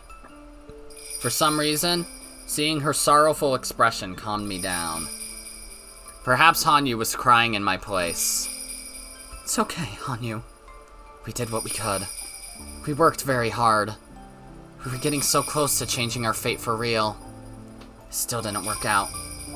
But for some reason, I feel satisfied. I've never fought this hard in my life. I've never learned so many things. Because I can repeat my life endlessly, I've been taking each one for granted. But everyone else is taking their lives seriously. I wasn't learning anything because I wasn't doing that. But I finally understand. I learned something from this life, and I put all my effort into it. So, I'm sad that I didn't make it, but I feel satisfied just the same. It's a strange kind of satisfaction. I wonder how many of these memories I can keep. I get the sense that I'm going to lose my memory of this evening. If that's the case, I will lose my memory of seeing Takano's face. I finally found out that Takano is the mastermind. Am I going to repeat the same world again, not knowing the truth? She killed my friends as if she were merely killing some bugs. I don't want to forget that. No matter how hard my death will be, I need to remember Takano's face. Hanyu, I'm not going to give up. I don't care if I can't recall this memory. I'll continue to live my life. I don't care if I can only live in this June, and that eventually I will only be able to go back to the night of Watanagashi. If that's my life, so be it. I'm not going to forget either. If you don't remember, I'll tell you the truth. Hanyu, I knew it. You acted like an unfeeling bystander, but that's because you were afraid of the pain. I also want to have a happy future with everyone. Hanyu started to cry like a baby. She's so stupid. She decided to abandon hope because she didn't want to deal with the sadness that she always felt on this night. But she ended up hurt and devastated anyway. Hanyu, are you happy that this world is ending just like you predicted? I decided not to ask her such an unpleasant question. Haha!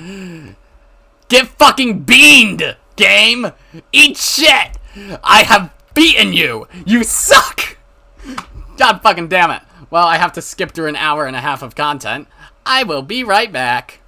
Okay, we back, and just in case I have to skip through shit again, I'm gonna save here. I saved there in case I accidentally went past it. So, yeah. That only took like 2 minutes to skip through. It actually wasn't that bad. The car stopped, and 2 men pulled me out of the vehicle. We had returned to the Furude Shrine. There were several men waiting in front of the offertory box. Nearby, there were countless sharp knives laid out on the ground. Adjusting my fan. They're going to cut open my stomach with those tools and pull out my intestines. They took off all of my clothes. They left the gag inside my mouth and the handcuffs around my wrists. I wasn't embarrassed to be naked in front of them. Rather, I was just furious that Takano was getting joy out of doing this to me. Don't forget this humiliation. The pain I'm about to experience should be carved into my soul forever. I'm not going to forget this. Everyone worked together, and we finally revealed who was behind it all. If I forget this, my friend's efforts and deaths will have been in vain. I need to stay alive as long as I can so that I will remember this pain. Hanyu, don't look away. You have to watch. Remember this forever. How? Is this really the only way I can help you? Is this all I can do because I can't touch or talk to anyone? It's good enough. If you continue to stare at me, I can endure this pain. My dog's barking. I don't know if you guys can hear her. Hanyu nodded and sat right next to me, while continuing to cry. We then looked up at the night sky together. The moon was shining brightly as if it's taking pity upon me. We also looked at the faces of my murderers. That beautiful moon was gradually stained red. It's getting cold. It's so painful. I'm consumed with the fear of not being able to do anything about this. But Hanyu is right next to me. That gives me comfort. It's not just Hanyu either. Everyone is here with me. Everyone is there watching me, so I can stand this torture. That's why it wasn't painful. I didn't struggle. I didn't care about Takano's crazy laughter. This was such a wonderful world. We didn't overcome this fate, but I have no regrets. Of course, I'm still sad. I'm disappointed. My future was right in front of my eyes. My hand could almost reach it. Even so, we did what we could. I have to be proud of myself. Keiichi voiced his disagreement. He still felt that we could have done more. We were almost there. We almost defeated this fate. We didn't win, but not because our enemies were strong. We didn't win because we didn't try hard enough. But all of you worked so hard together. I was watching. I saw the whole thing. Ghost Keiichi. But it wasn't enough. If we'd had a will strong enough to overcome this fate, we should have created a miracle. Ghost Rena. That's right. A miracle will happen if everyone believes in it. Ghost Shion. Satoko, Rika-chama, and everyone else worked so hard. Ghost Satoko. I'm sorry, Rika. You were brave enough to ask us for help, but I couldn't save you. Satoko held my shoulder and cried. That's true. Everyone worked so hard, but it still didn't work out. Thank you. Thank you all so much. I'm going to die again, but I've never felt so good about it. I've learned so many things in this world. Ghost Mion is out to lunch, apparently. Rika-chan, I know. I know why the miracle didn't happen in this world. Rena spoke gently, but she wasn't smiling at all. Hey, did everyone really believe that we could create a miracle? There's an imposter among us. I'm kidding. If you're hoping for a future, but not everyone believes in it, then a miracle won't happen. What are you saying, Rena? We were united! No one had doubts that we could overcome this fate. Right, Mion? What? I just got back from 7-Eleven. You see, the 7-Eleven in Ghost World's actually pretty sick. They got, like, lobster. It's fucking 99 cents for a whole lobster. That's a steal! Yeah. He's right, Rena. Everyone thought we could overcome it. Everyone believed that we could. Stop being obsessed with the lobsters. It's time. Get your tone right for this conversation. What? The cashier was very eccentric. Wouldn't stop talking about art. That's true. I mean, that's quite true. Even Rika believed in it. She finally believed that with our help, she could change her destiny. Why was the food so cheap? I don't know. Dude looked probably like he had money problems. Shut up! I do not. I believed in it too. But I think there was someone who didn't believe. Who was that? Oishi! What? Who can it be? Hey, you. Rena turned to Hanyu and asked her a question. Did you believe? Did you believe that we could overcome this fate? How? Even if you can't talk to us or touch us, you can still believe. If you'd believed in us, the miracle would have happened. So I'm gonna hold my death against you. Would something really have changed if I believed? I'm a powerless existence. I can't do anything. All I can do is watch and accept. You're saying that I could have made a miracle happen just by believing? Yeah, if you believed hard enough, I could have dodged a bullet. Literally, actually. Yeah, you could have. Keiichi stated it clearly. He wasn't trying to blame her. He was just stating the truth. That's right. There were 6 of us, and there were 7 of them. If you'd believed along with us, we would have numbered 7 souls. Insert Undertale. The miracle could have happened. You don't make miracles happen by touching something or saying something. You make them happen by believing. Ow. Hanyu had realized that this ending wasn't caused by fate. It was because she didn't believe. In other words, this happened because she was so weak as to accept this fate. She started crying again. We don't even know your name. But if you still needed to be brave enough to fight this fear and pain, you needed to have the courage to defeat fate. If you'd believed, we'd be moving on to a bright future. If your refusal to believe in it is the sole reason we couldn't reach it, then the responsibility is yours. It was hard to believe Rena could say something so harsh. Her words were piercing Hanyu's heart. But those words were necessary for me and for her.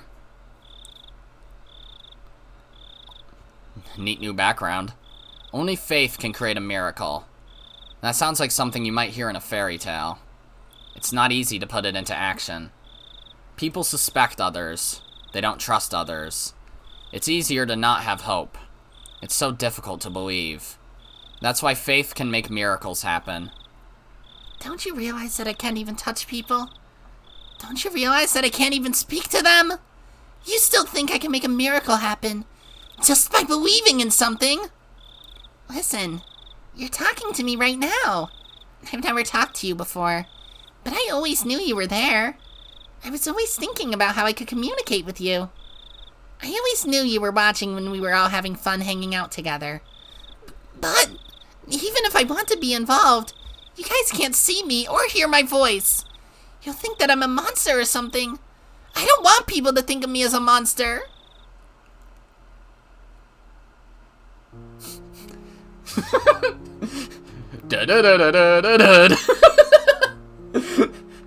Oh my god, Keiichi's fucking ascending. We never think of you that way. So this was a CG and I'm just stupid, okay. If you're with us, you're our friend. Yeah, we wouldn't call our friend a monster. It's your heart that determines whether you're a monster or not. Right, Shion? Indeed. I guess I'm more like a monster in that sense. You won't call me a monster even though I have horns on my head? We won't call you that just because of the way you look. They're actually cute, you know? Watch out for Rena. She might try and take you home. I realized then that I was standing with everyone, looking down at my own body. I see. I'm finally dead. I looked at my bloody body by my feet. It upset me that Takano was still enjoying the torture, but the body that remained was nothing but a shell. Are you okay, Rika-chan? Meep. Don't you think it's a bit strange to ask that person to that guy? The fucking dying over here. Don't you think it's a bit strange to ask that question to a dead person? Everyone smiled wryly. It's my first time feeling so much love and death. Everyone is already dead. That's why I feel so happy to be dead, to join them. Suddenly the world got darker, and my body started to sink downward.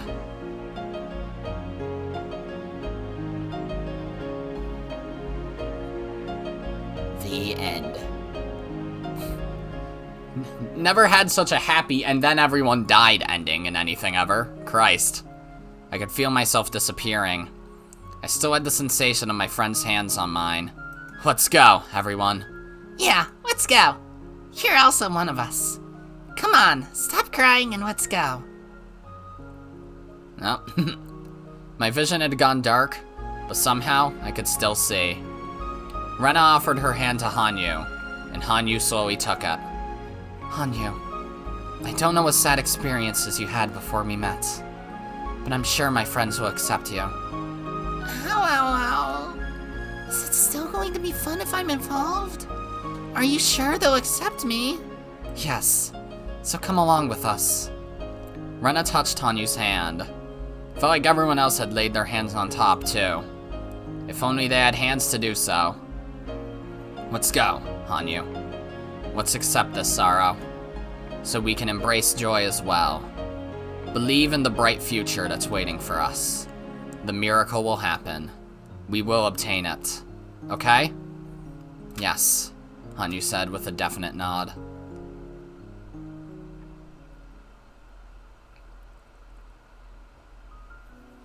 Okay. Credits? Or is there... Nope. Okay, credits. Or kind of. What's outside of the well? Is it something worth fighting for? What's outside of the well? Is it something worth getting hurt for? What's outside of the well? I'm going to fight and get hurt in order to find that out. I'm sure what's waiting is a beautiful world, even if I get to the bottom of the well again. The key to the new world is my willingness to get out of there. Even if I can get out or not, I will eventually get to the new world.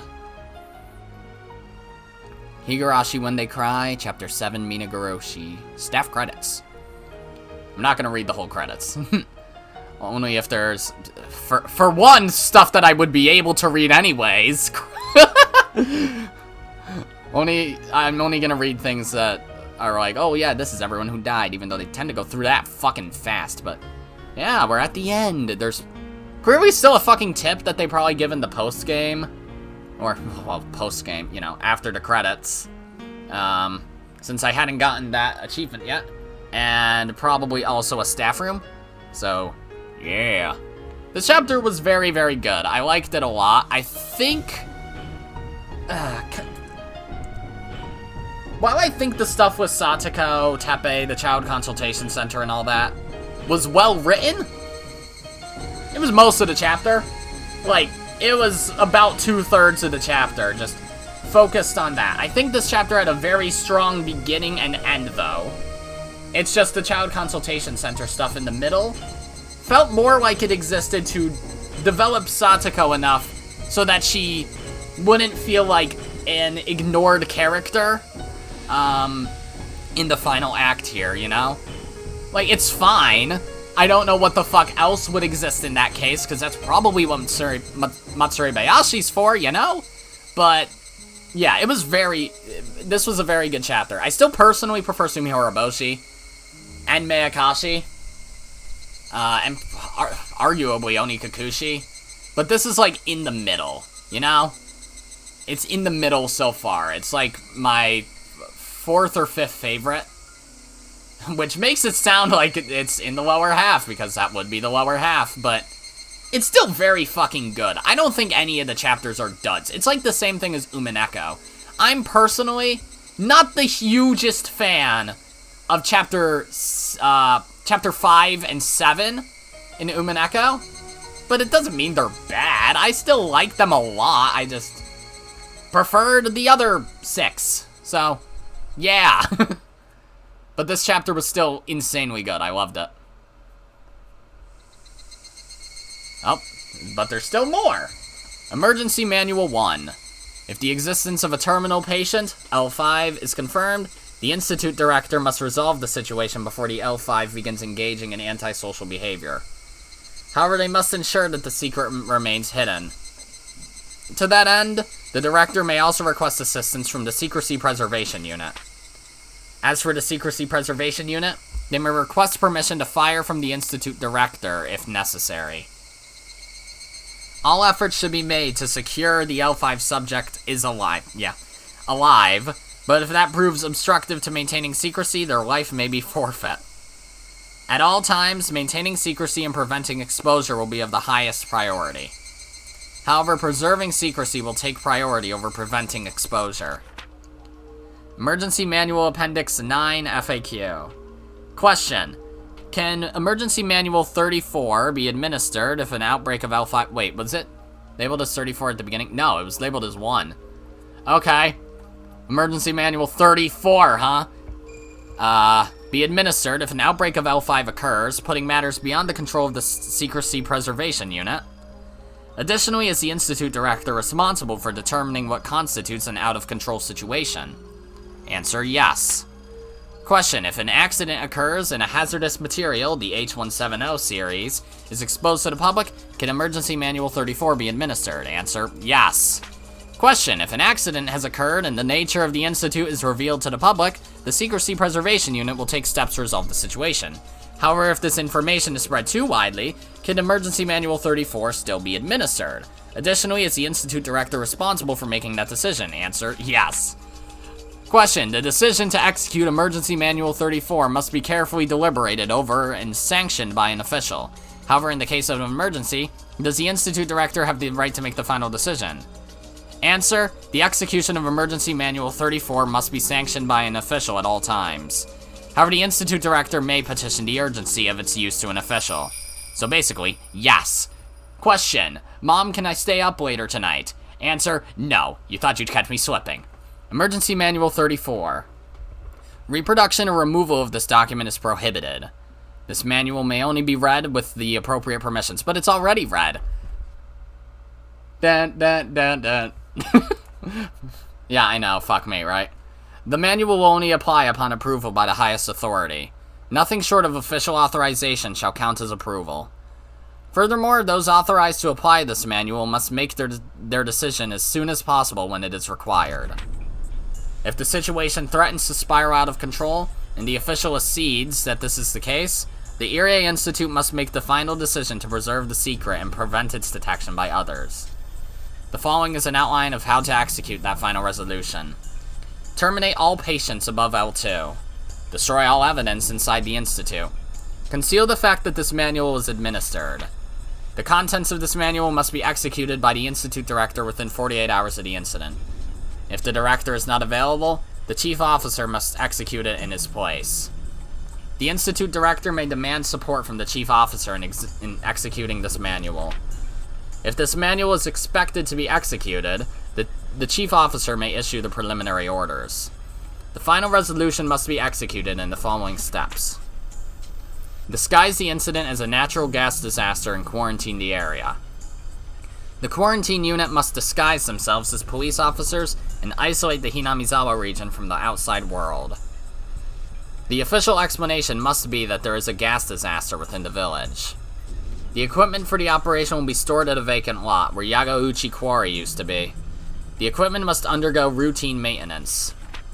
In the event of external breach or internal escape, if they do not respond to notice of the gas disaster or orders to evacuate, use of firearms is authorized. The approval to use firearms is given by the Chief of the Secrecy Preservation Unit to the Chief of the Traffic Blockade Unit.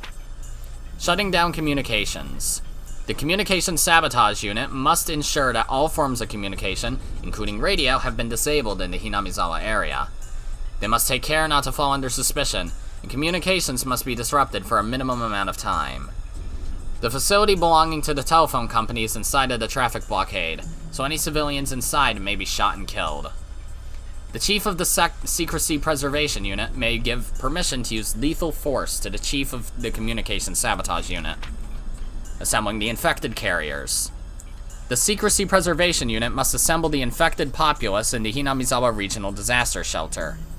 Refer to the enclosed documents for gathering procedures. Upon assembly, the unit must count the number of the infected and confirm that everyone is present.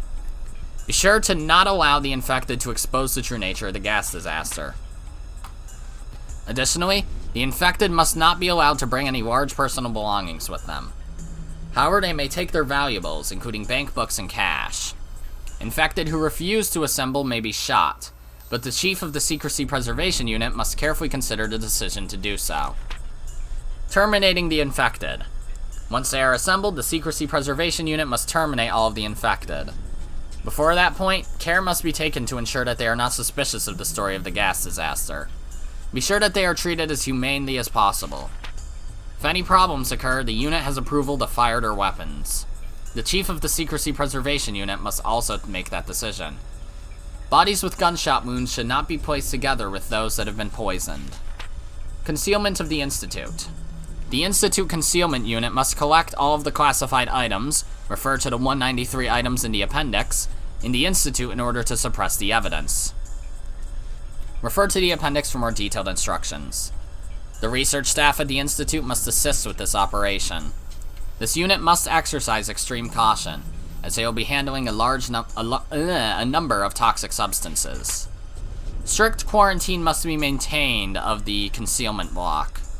The airproof door must be welded shut and the underground area must be flooded. The entrance to the area must be welded shut and concealed completely.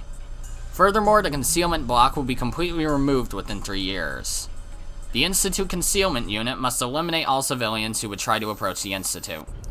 The use of firearms is not permitted except in emergencies. The Chief of the Secrecy Preservation Unit may give the order to fire. Searching the village. The Secrecy Preservation Unit must search the whole village for any survivors. Any person who is not present during the assembly must be found. Any survivors found after determination of the infected may be shot immediately. However, if the survivor is willing to surrender, do not shoot and instead take them into the custody of the Secrecy Preservation Unit. The unit must then terminate the captive using the same method as for the other infected. Wait, so is that what happened to Keiichi and Higurashi? Is that why he looked so fucking weird in that CG? Because it wasn't him? Huh. Post-mission transfer to General Forces. Transfer the job to the official disaster recovery team. Make sure not to arouse suspicion. Complete withdrawal. After the completion of all operations, the Secrecy Protection Unit will retreat from the Hinamizawa area. They must be careful not to be suspected by the disaster recovery team. Furthermore, the Institute will continue to secure the concealment block until complete removal is finished. The Queen and her carriers. It is assumed that the pathogen has the same characteristics as creatures such as ants. There is a queen of the carriers of the disease, just like there is a queen ant, and this position has been passed down the line of the Furude family. This assumption is made based on the legends and ancient writings that have been passed down in the village. It is already confirmed that the carriers have a tendency to protect their queen. Additionally, the queen carrier can only survive within the boundary of the village. Probability of outbreak. As ordinary patients will become ill when they travel far away from the queen, it's assumed that the further and longer they are away from her, the higher the chance of symptoms occurring becomes. Also, mental state plays a strong factor as well, and it's estimated that those who are especially emotionally unstable or show strong yearning for their home are more likely to exhibit symptoms. It is believed that the Takano relaxation method is the most effective means of suppressing symptoms, but if the patient still shows no improvement, only returning them to their home and the queen will be effective. Concerning terminal patients. Terminal patients, as they suffer from an extreme persecution complex, are incapable of functioning within society. Cases of arson and murder have been confirmed. They may present severe problems for their units. Records show that terminal patients appear even in Hinamizawa, and they will not recover even if relocated nearer the queen. Therefore, the decision to dispose of the problem must be made as soon as possible. It's recommended that the infected be quarantined before they start behaving irregularly. We suggest tracking down those formerly from Hinamizawa and placing them under special medical observation.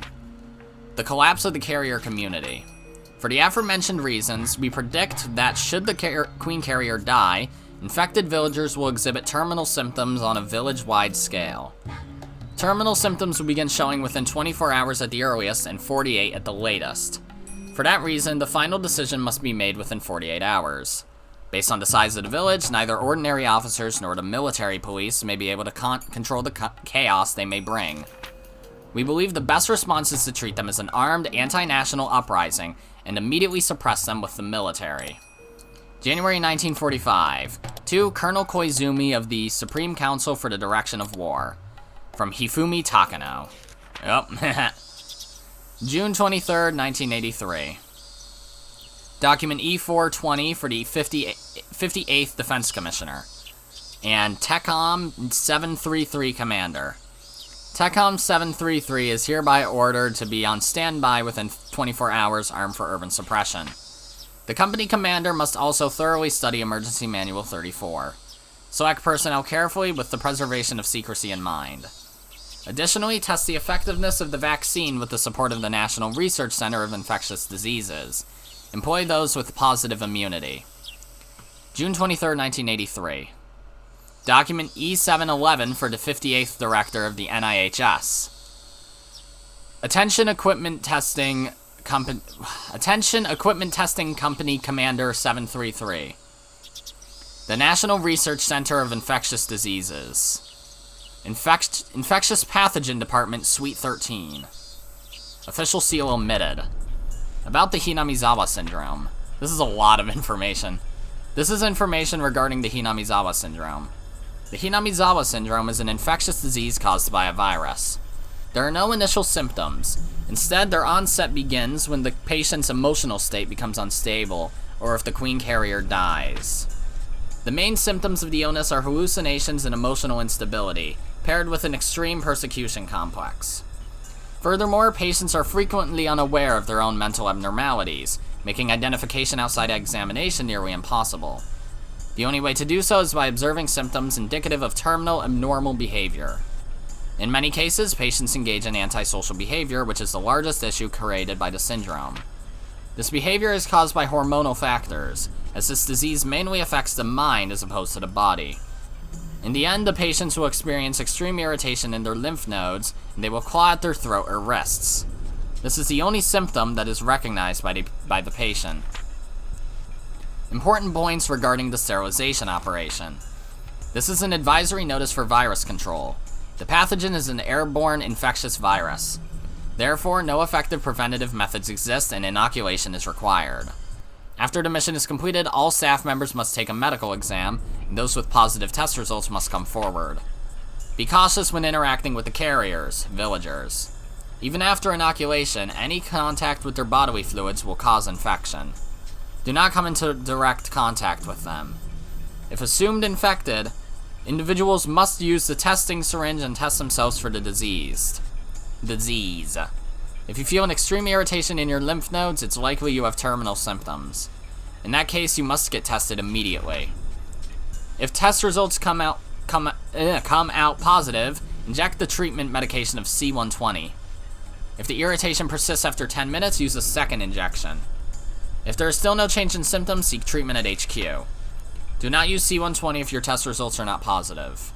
If used on a healthy body, symptoms of high fever, rashes, dilated pupils, and hallucination will be observable within 10 minutes. If this occurs, one must seek treatment at HQ. Nope. Where are we going? Nowhere. Black screen. Government officials explained the entire situation in a luxurious meeting room adorned with a marble table and crystal ashtrays. The chief cabinet secretary was in a panic. He never heard about any of this before. Feelings of panic were only natural. One girl's death was going to drive 2,000 villagers into a frenzy. Hearing that a disease like that exists was surprising enough, but on top of that, it was secretly researched for military use, and now there was a horrific situation caused by the director of the local research institute engaging in embezzlement. I've never heard of such a dangerous disease. There's no cure for it. No. According to the National Research Center, they have recently found a method of treatment for the carriers of the disease, but they're still not capable of administering that treatment to the whole village. Is that the same dude? Yeah. I think. Yeah. The entire populace is going to develop terminal symptoms within the next 24 to 48 hours. It's going to be a disaster. The danger of this Hinamizawa syndrome was explained over and over again to the chief secretary. He didn't have anything more to say, but that didn't mean that he could blindly accept it either. He simply couldn't believe that the only way to resolve the situation was to kill all 2,000 infected villagers. I understand the Is that the same dude? Yeah, okay. I understand the urgency, but I can't give approval to kill an entire village! Why was this disease being studied in secret anyway? Isn't it the responsibility of those who are funding the research? Such a dangerous disease can't possibly be of any benefit to this country. It's the year 1983 for crying out loud. According to these documents, they intentionally held off on exterminating the disease so they'd have more time to study it. On top of that, this chaos was all caused by a single researcher. This is an act of terrorism. It's the fault of those old men in Tokyo. They better take responsibility for this. Get rid of the people who are still haunted by the ghosts of the war. This is a good opportunity to rid Tokyo of its festering pus. We will discuss the issue of responsibility in due time, but we must make a prompt decision about this. The man standing by the window slowly turned around and opened his mouth. Prime Minister, please give us your decision. What happens if I don't approve this final resolution? Oh well, almost 100% of the population in the village will develop terminal symptoms within 36 hours. They will be overcome by persecution complexes and they will begin behaving violently. Suicide, murder, arson, robbery, and rape are some of the things we predict will happen. There will be no peace within the village.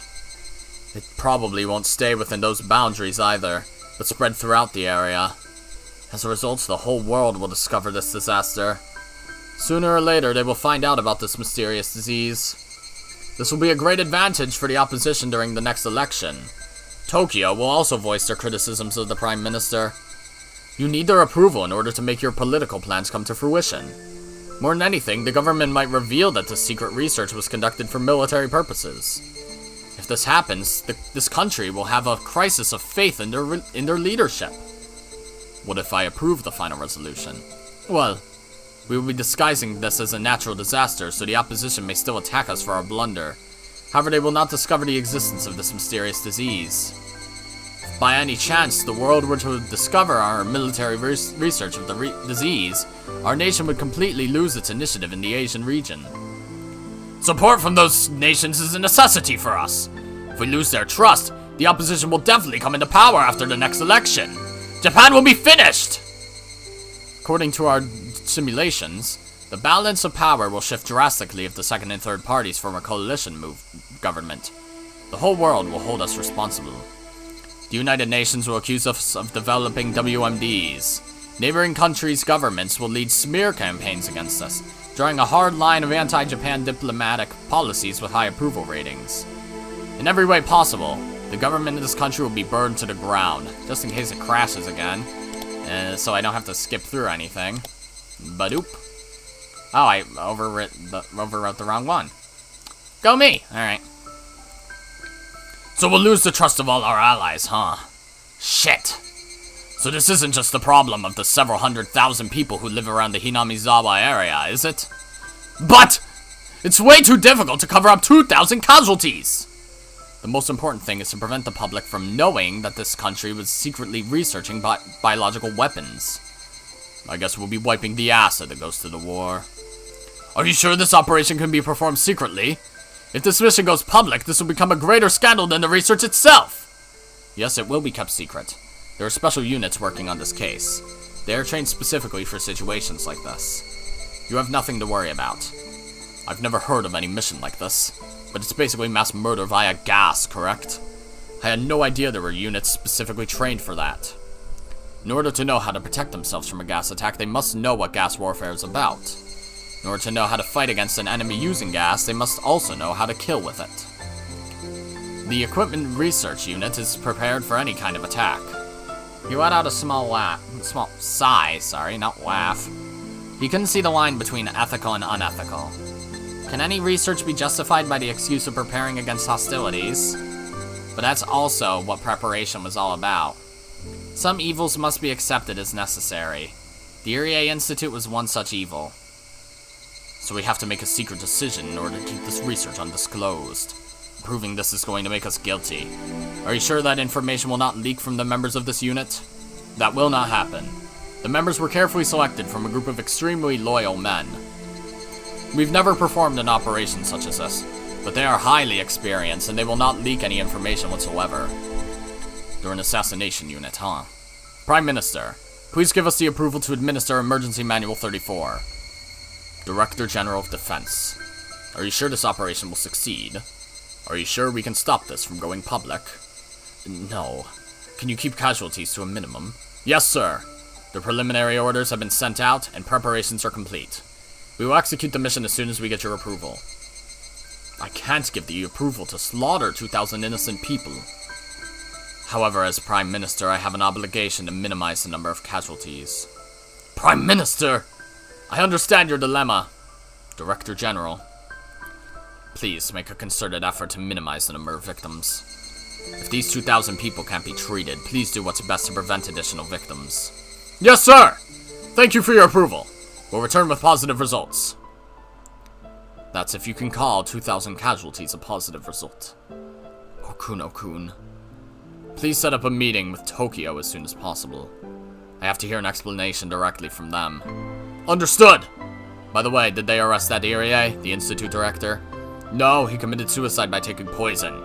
He was in such a rage that his research was being shut down, that he felt as if his life itself was being denied. So no one will ever really know what made him commit such a horrific crime. The execution of Emergency Manual 34 is approved. June 23rd, 1983. Prime Minister XXXX. Director General of the Defense Agency XXXX. Damn, there's still more? Christ. Well, we're probably pretty close to the end. Let's just keep going. For logistical reasons, you may not bring any large items with you. You cannot carry any luggage. I repeat, you cannot carry any luggage. You may carry only valuable items such as bank books and cash. Please do not use your own vehicle to evacuate. It will cause confusion.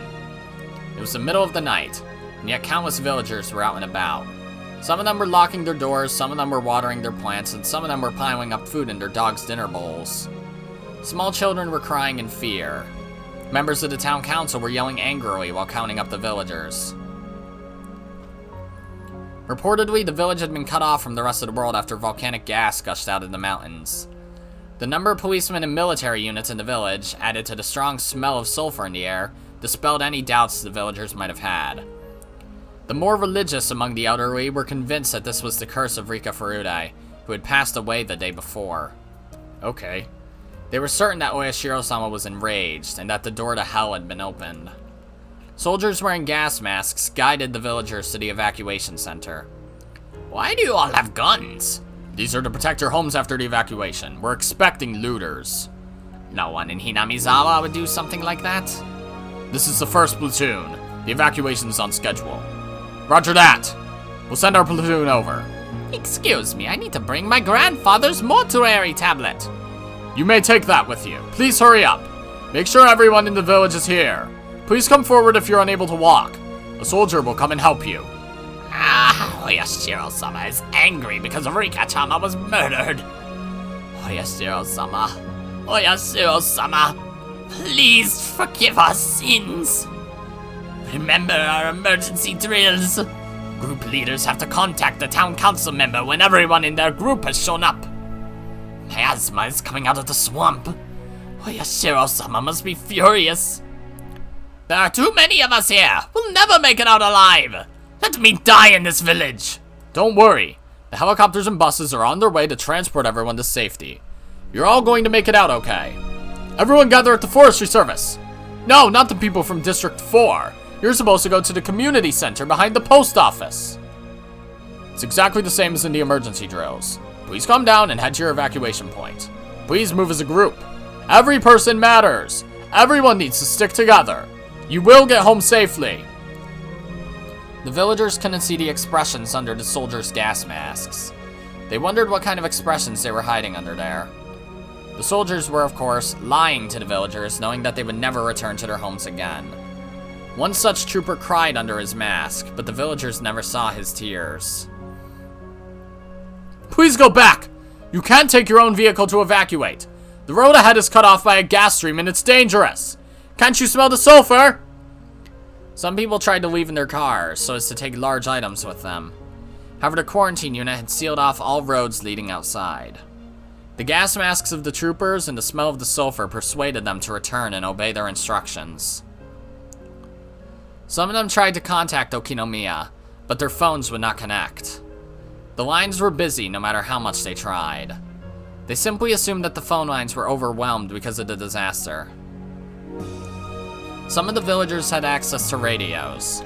They tried to figure out what the situation was like outside, but all they could hear over the radio was loud static. It was the same with the television. They couldn't contact anyone outside of the village, so they really were totally isolated. And so they had nothing to rely on but the instructions of the police and the military. They were all like moths heading towards a light, never doubting that they would be safe there. One old war veteran listened to the noise from the radio and muttered, "This is exactly how it sounded when the Americans jammed the radio waves during the war." As it turned out, he was absolutely correct. However, he turned off the radio when his son urged him to evacuate. The villagers had all gathered at their evacuation points. Some of them were at the school and some were at the community center. They were to stay in the building until the evacuation vehicles arrived. The soldiers told them to stay inside so they could keep track of the number of evacuees. Please close all of the windows to prevent the gas from entering. We'll be sealing the windows to be on the safe side. Your cooperation will be appreciated. Alright, let's help them out. People started to seal up all the windows and vents with the duct tape that was handed to them. They completely sealed every opening, even as they heard the disquieting conversation of the soldiers. It was long past 3 a.m., but everyone was wide awake with fear. They were having an extremely long night. Coincidentally, the end to their night had almost arrived. This is all Oyashiro-sama's curse! Rika-chama. Oyashiro-sama. Oyashiro-sama demoned away those kids at the Furude Shrine in his fury. The Furude Shrine was swallowed by the world of the demons that day. The demons chewed up her guts while she was still alive. They all started saying that the gas disaster was caused by the curse of Oyashiro-sama, and Rika's death and the mysterious disappearance of her friends and the 2 detectives were also the result of the curse. People started talking about being demoned away. They had no idea that Keiichi and his friends' short battle sealed their fate for that night. The more religious villagers had become convinced that the children and the detectives went missing because they volunteered to become a sacrifice to calm Oyashiro-sama's anger after Rika's death. They didn't know the truth. They couldn't know. Not one realized that Keiichi and his friends' efforts had all been in vain. Indeed. In Hinamizawa, everything that happens is the will of Oyashiro-sama. But why did it have to be that way?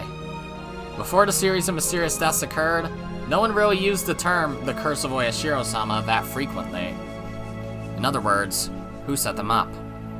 People in this village were set up to believe that the curse of Oyashiro-sama happens every year. They really are just too superstitious.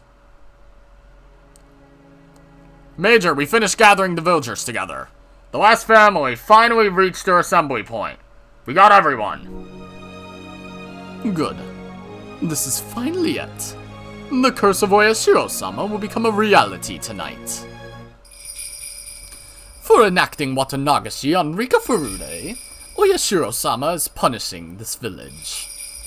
The curses of the last 5 years are culminating in the biggest curse of them all. This is not just a mysterious chain of murders. This is divine punishment from an enraged god.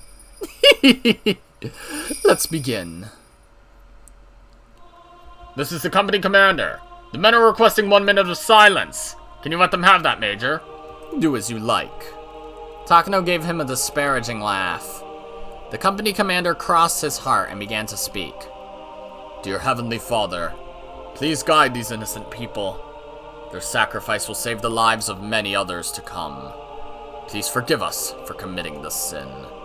Please forgive us for being here today. The company commander isn't Christian. In fact, he doesn't follow any religion.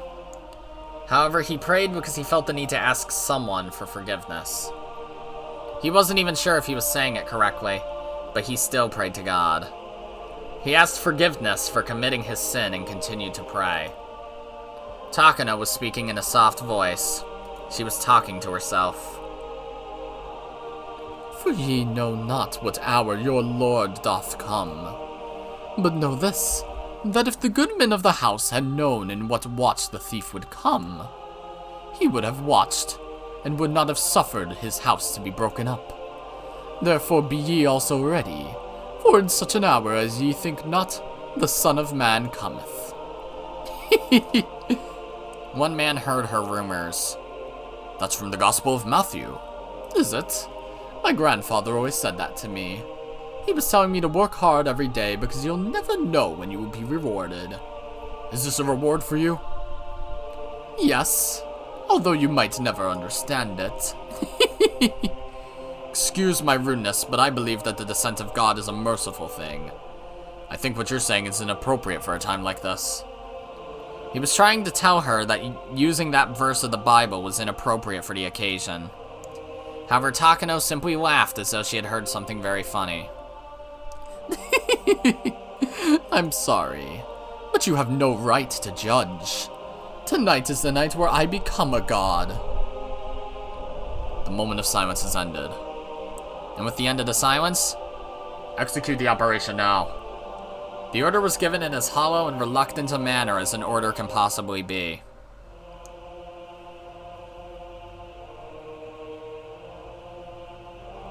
Now my ideals are complete. This is a literal utopia. Here I am a god, and the curse engraved here will be passed on forever. Okay, Takano, you crazy fuck. People were packed into the classroom. They were afraid. The troopers closed the door of the classroom. The people inside had no idea why they were doing that. However, they didn't suspect anything at all. One old man walked up to the door to open it, because with it closed, it was far too hot inside the room. But he collapsed all of a sudden. His wife tried to walk over to help him up, but she also collapsed all of a sudden. Then, other people also started collapsing inside of the room. Like dominoes. It was a very odd sight. What would make for a good example? It'd be... Okay, yeah, fucking called it. A pretty easy analogy, though. It'd be pretty amusing if they were dominoes. However, they were human beings. People sitting by the window watched this strange event happen before their eyes. They opened those eyes wider to try and understand what was going on. A god is reawakened from a long slumber thanks to the Dam War, who curses non-believers on the sacred night of Watanagashi. Year after year, the Godzi awakened. The mighty Oyashiro-sama awakened. And so they regressed to their primitive fear of the curse. Quickie? Thank you. The door creaked open slightly, and someone on the other side threw 3 spray canisters into the room. More people started to collapse, even those at the window.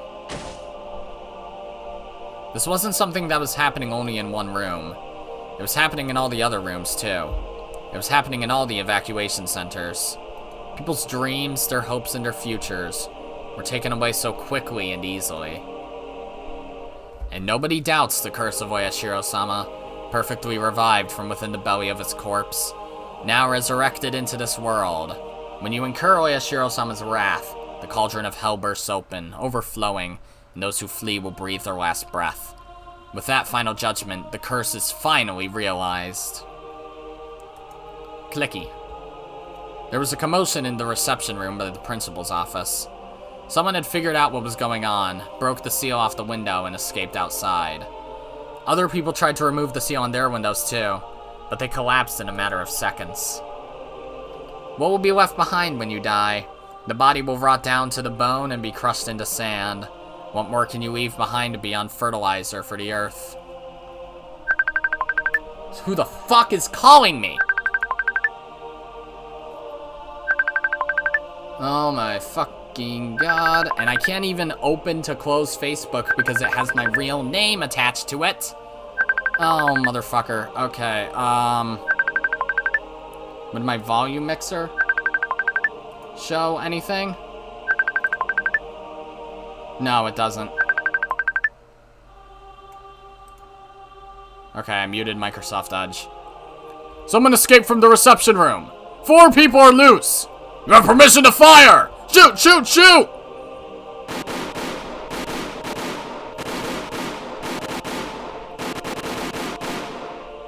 The soldiers shot the people who tried to escape in the back.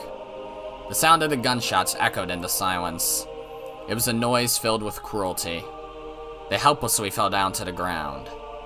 Their deaths were so pitiful compared to the silent deaths of those before them.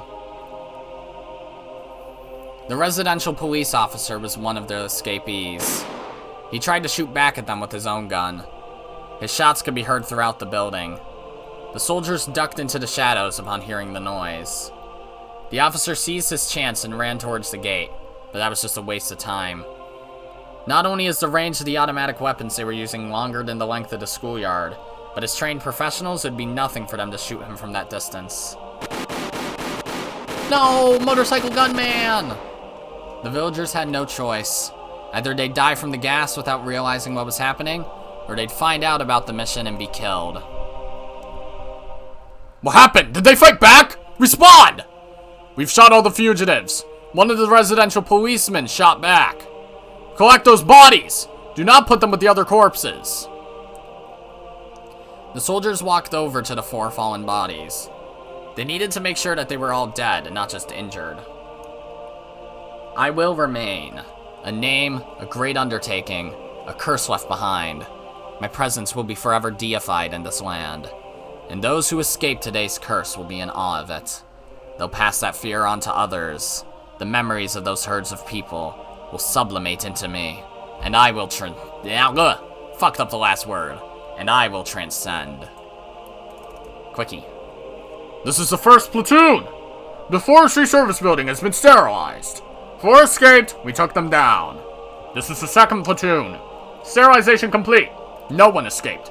This is the 3rd platoon. More than 10 escaped. We're conducting a sweep. It will be over soon. This is the 4th platoon. Sterilization complete. No one escaped.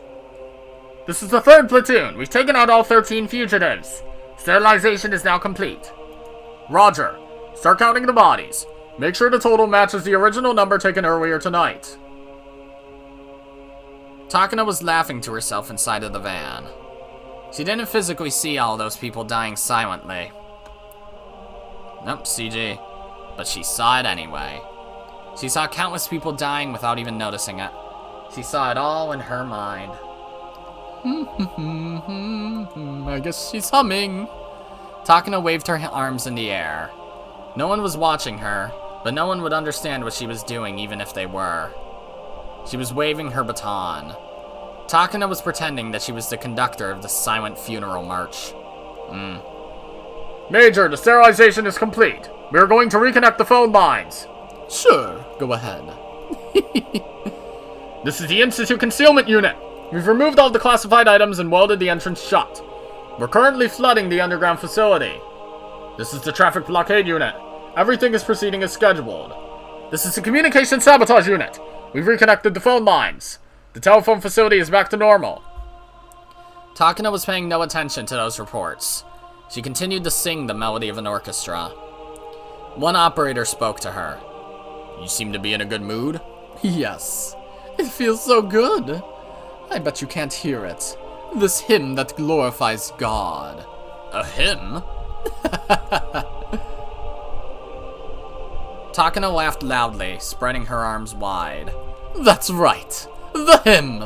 A new god has descended to this village. There was no god in Hinamizawa. Oyashiro-sama was just a name. This was an old backwater village with no real god.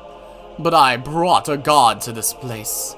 Do you understand what that means? I bet you don't. How many gods in this world have the power to curse people? How many of them can challenge people? None of them. But I did it. Takano laughed as if she was the only one who could comprehend what she was saying. None of the operators inside the car could comprehend her laughter. Takano was satisfied to know that. A god is not a god without a curse. Gods are feared because of their curses, and they're worshipped because they're feared. That's the truth about gods. If faith alone is what creates a god, there's no need for curses. But the ancient gods all cursed humans. Then what is a god's curse? It's the proof that a god is real. Gods aren't gods if they don't curse people. I found evidence of the existence of God in this poor village. I thought this was a message from heaven. Hinamizawa was without a god for 100 years until the end of the dam conflict. I believe it's been my mission to restore the god's existence in this village. Heaven supported me and granted me power. I have raised the bud of a curse plant with the faint seeds of coincidence granted to me by heaven. And now this budding curse bears fruit and hangs ripe. Do you understand? Tonight is the night of the harvest. This is the final curse of Oyashiro-sama. And from this day forth, Oyashiro-sama will be a real god. You may not see it now, but someday you will understand. You'll see how grand this plan I accomplished was, how long it will be told in history, and how great I will become. God's curse. I make that curse happen. I am the curse of Oyashiro-sama. Worship me, and be fearful. I'm creating not only death, I'm writing history. History will speak of this curse and remember my existence forever. I'm the curse itself. I've transcended this flesh. My legend will endure forever, beyond my mortal life. My existence is eternal now. Curse yourselves and curse your powerlessness. Realize how great I am. I am Oyashiro-sama. I am a god now. My flesh may die eventually, but I'll remain in this world forever.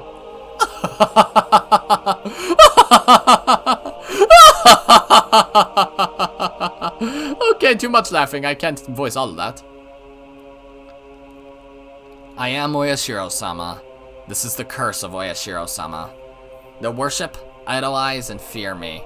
When I move, they'll beg for no curse, no death. My work will be historic. My existence and the history of this curse will be told for ages. I've transcended beyond my body of flesh, becoming the curse. Even if this body decays, my work will remain in history forever. Now, I've gained immortality. Humans, flesh is your curse. When your body decays, you can't leave anything behind. Your malice, regrets, fear, and you'll know my greatness. I have become Oyashiro-sama. Now I've reached the realm of the gods. Even if my body is destroyed, what I've done here will be passed down forever. I've achieved eternal life. Ah! Okay, now it's actually the end.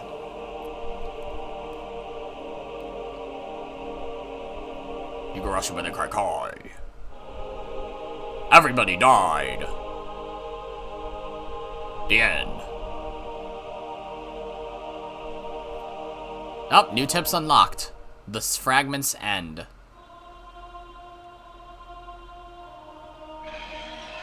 The scenario jump mode has been unlocked. This creepy music, you get to look at the menu. Ah, the tips reading room. Oh no, the staff room. Just the fucking sound they use. Achievement unlocked, the Great Hinamizawa Massacre, and it's a gas mask. Okay, so we have a tip and the staff room left to read. So let's do that real quick. Extra! Extra, extra, read all about it, quite literally. View tips. Wow, there actually weren't that many tips. Alright, this fragment's end. I guess Rika finally managed to assemble all the pieces to her puzzle. But we don't know yet if her memories will pass on to her next life. Rika always loses the memory of her death. I don't know if she can retain the memories of what she's discovered. What did you think? Did you have fun? Once you find out the answers, collecting them isn't so fun anymore. You don't agree? I see. You still might find something different by examining some old fragments. After all, the time we have here is endless. We have to find something to play with, because there's nothing to do here. For me, playing with these fragments stops being fun when I find out what's inside. But if you can tell me how to have fun with them even so, that makes you pretty smart. What? You want to know what I play with? I don't play, I'm just killing time. I like to imagine what Rika could have done in order to achieve the future she hopes for. I like to imagine a world that would have been happy for all of them. You found out how these worlds are set up by looking at the previous ones, right? I like to analyze what would need to change in order for Rika to win against Takano. You want to see what's on my mind? Too bad. I'm not showing that to you. In that world, Rika and her friends survived their struggle and broke through the fate of June 1983. It's just my imagination. It's not for me to share with you. I'm sure the world that Rika is about to create is better than anything in my imagination. Even if she's stuck on June 19th in 1983, I'm sure this now-ended world will remain one of Rika's brightest fragments either way. No matter how much she struggles, if she actually overcomes her fate, it will be the most brilliant fragment of her story. I'm sure the life Rika lives makes for a better story than my boring imagination. You want to know what happened to Rika? She made a decision to redo her life once again with Hanyu. So this isn't Hanyu talking. I think I know who is, technically. She is trying to live her life with all her might. Well, I guess there's two possible people talking. That's what she learned from this world. Her next life has already begun. I do wonder what that life is like. I'm going there now to check. Do you want to come with me? Yup. Let's go. B or F, whichever one you are. Achievement unlocked, Detective Minagoroshi. If you're L, then that's weird. Staff room. Hi, this is Ryuki Ch.7. Thank you for playing Higurashi When They Cry Kai, Ch.7 Minagoroshi. What will I talk about today? No one knows. This time around, the scenario was almost like the answer page in a book of riddles. Or maybe the scenario was like a side dish we enjoyed alongside all the scenarios up to now. You can take it how you like. I just hope you enjoyed it. I was very nervous about releasing this scenario because a mystery is only good when it's still a mystery. This scenario marks the end of that mystery. And then people who think that it was Irie all along and that Takano wasn't behind anything and she just had Hinamizawa syndrome are just like, oh, so she doesn't have Hinamizawa syndrome and is just a fucking cuckoo bird. To be honest, I didn't want to release this chapter for a while. However, way too many similar stories are being published with no answers at all. A book of riddles means nothing if there's no answer page in the back. Coming up with an answer when you have no way to see if it's right or not is a little sad, I think. And then you turn that philosophy around for Umineko, and I don't know what you're doing for Kikonia. If there are no answers, you can't get any joy out of reading a book of riddles. I regret to see that there are way too many stories out there that don't offer this kind of joy. That's why I decided to release something that you can compare your answer to for this series. Since this world had a rather irregular presentation, there may not have been many people who reached what might be called the right answer. But it's not really about whether your answer was right or wrong. It's much more about how many questions you raised when reading the story and how many answers you were able to find. Thank you all very much for the solutions you've sent me. They were all wonderful theories, and some were thought out so much more than the actual story that I frequently thought about making... Wait, I'm reading the sentence horribly wrong. They were all wonderful theories, and some were thought out so much more than the actual story that I frequently thought about making them the right answer. Right laugh. Also, your support has given me courage to finish writing the 7th chapter of this series. Thank you very much for supporting Higurashi. Finally, I would like to apologize about how I portrayed the Child Consultation Center. I don't know what it was like in 1983, but Child Consultation Centers are not mean places like I depicted in my story. I made the characters look so unfeeling, but in reality, the government today is the #1 hero for us civilians. Wouldn't know about mid-2000s Japan, but... Or, it'd be late 2000s Japan, I guess now, right? Yeah. In fact, those involved with child welfare and youth education are all extremely passionate and selflessly devoted people. I'm sorry for giving them such a negative image in this chapter. The next chapter, Matsuribayashi, is going to be the last one of the series. I'm overwhelmed by the pressure of writing the last chapter of Higurashi When They Cry, which turned out to be such a long story. I hope you'll continue your kind support. Thank you all very much. 7th expansion, Ryuki Ch.7. Dun dun dun dun. And then it crashes. Wouldn't that be fucking funny? One last hurrah!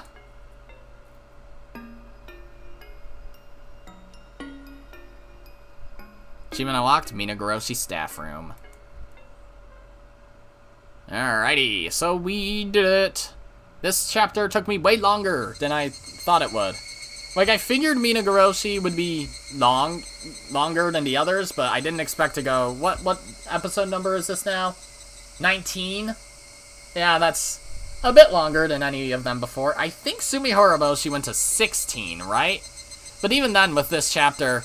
It probably wasn't actually longer than Sumihoroboshi or Mayakashi, at least by much.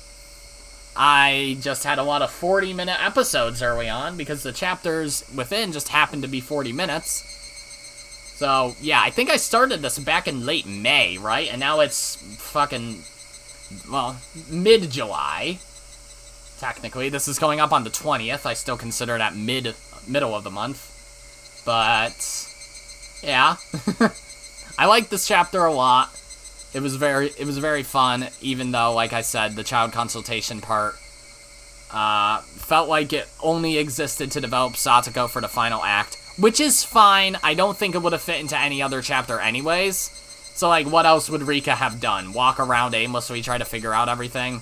Like, she figured out everything within, like, 2 to 3 hours of gameplay, and the chapter itself probably was like 16 to 17 hours, so yeah. But regardless, that brings us to the end of Minagoroshi. So then, what am I gonna do next? Gee, I really wonder, do I even have to say that I am going to be playing the DLC for Shenmue 3? I'm kidding. I don't even want to do that, because Shenmue 3 was awful, but yeah, we're jumping into Matsuribayashi. I don't know if I'll go straight into the console arcs after Matsuribayashi. Knowing me, Matsuribayashi will take me to the end of Sotsu anyways. So, yeah, but I don't know. I might not even do all the console arcs at once since they are all disconnected stories. I might just do a few at a time, but still put them under the umbrella of console arcs on my channel.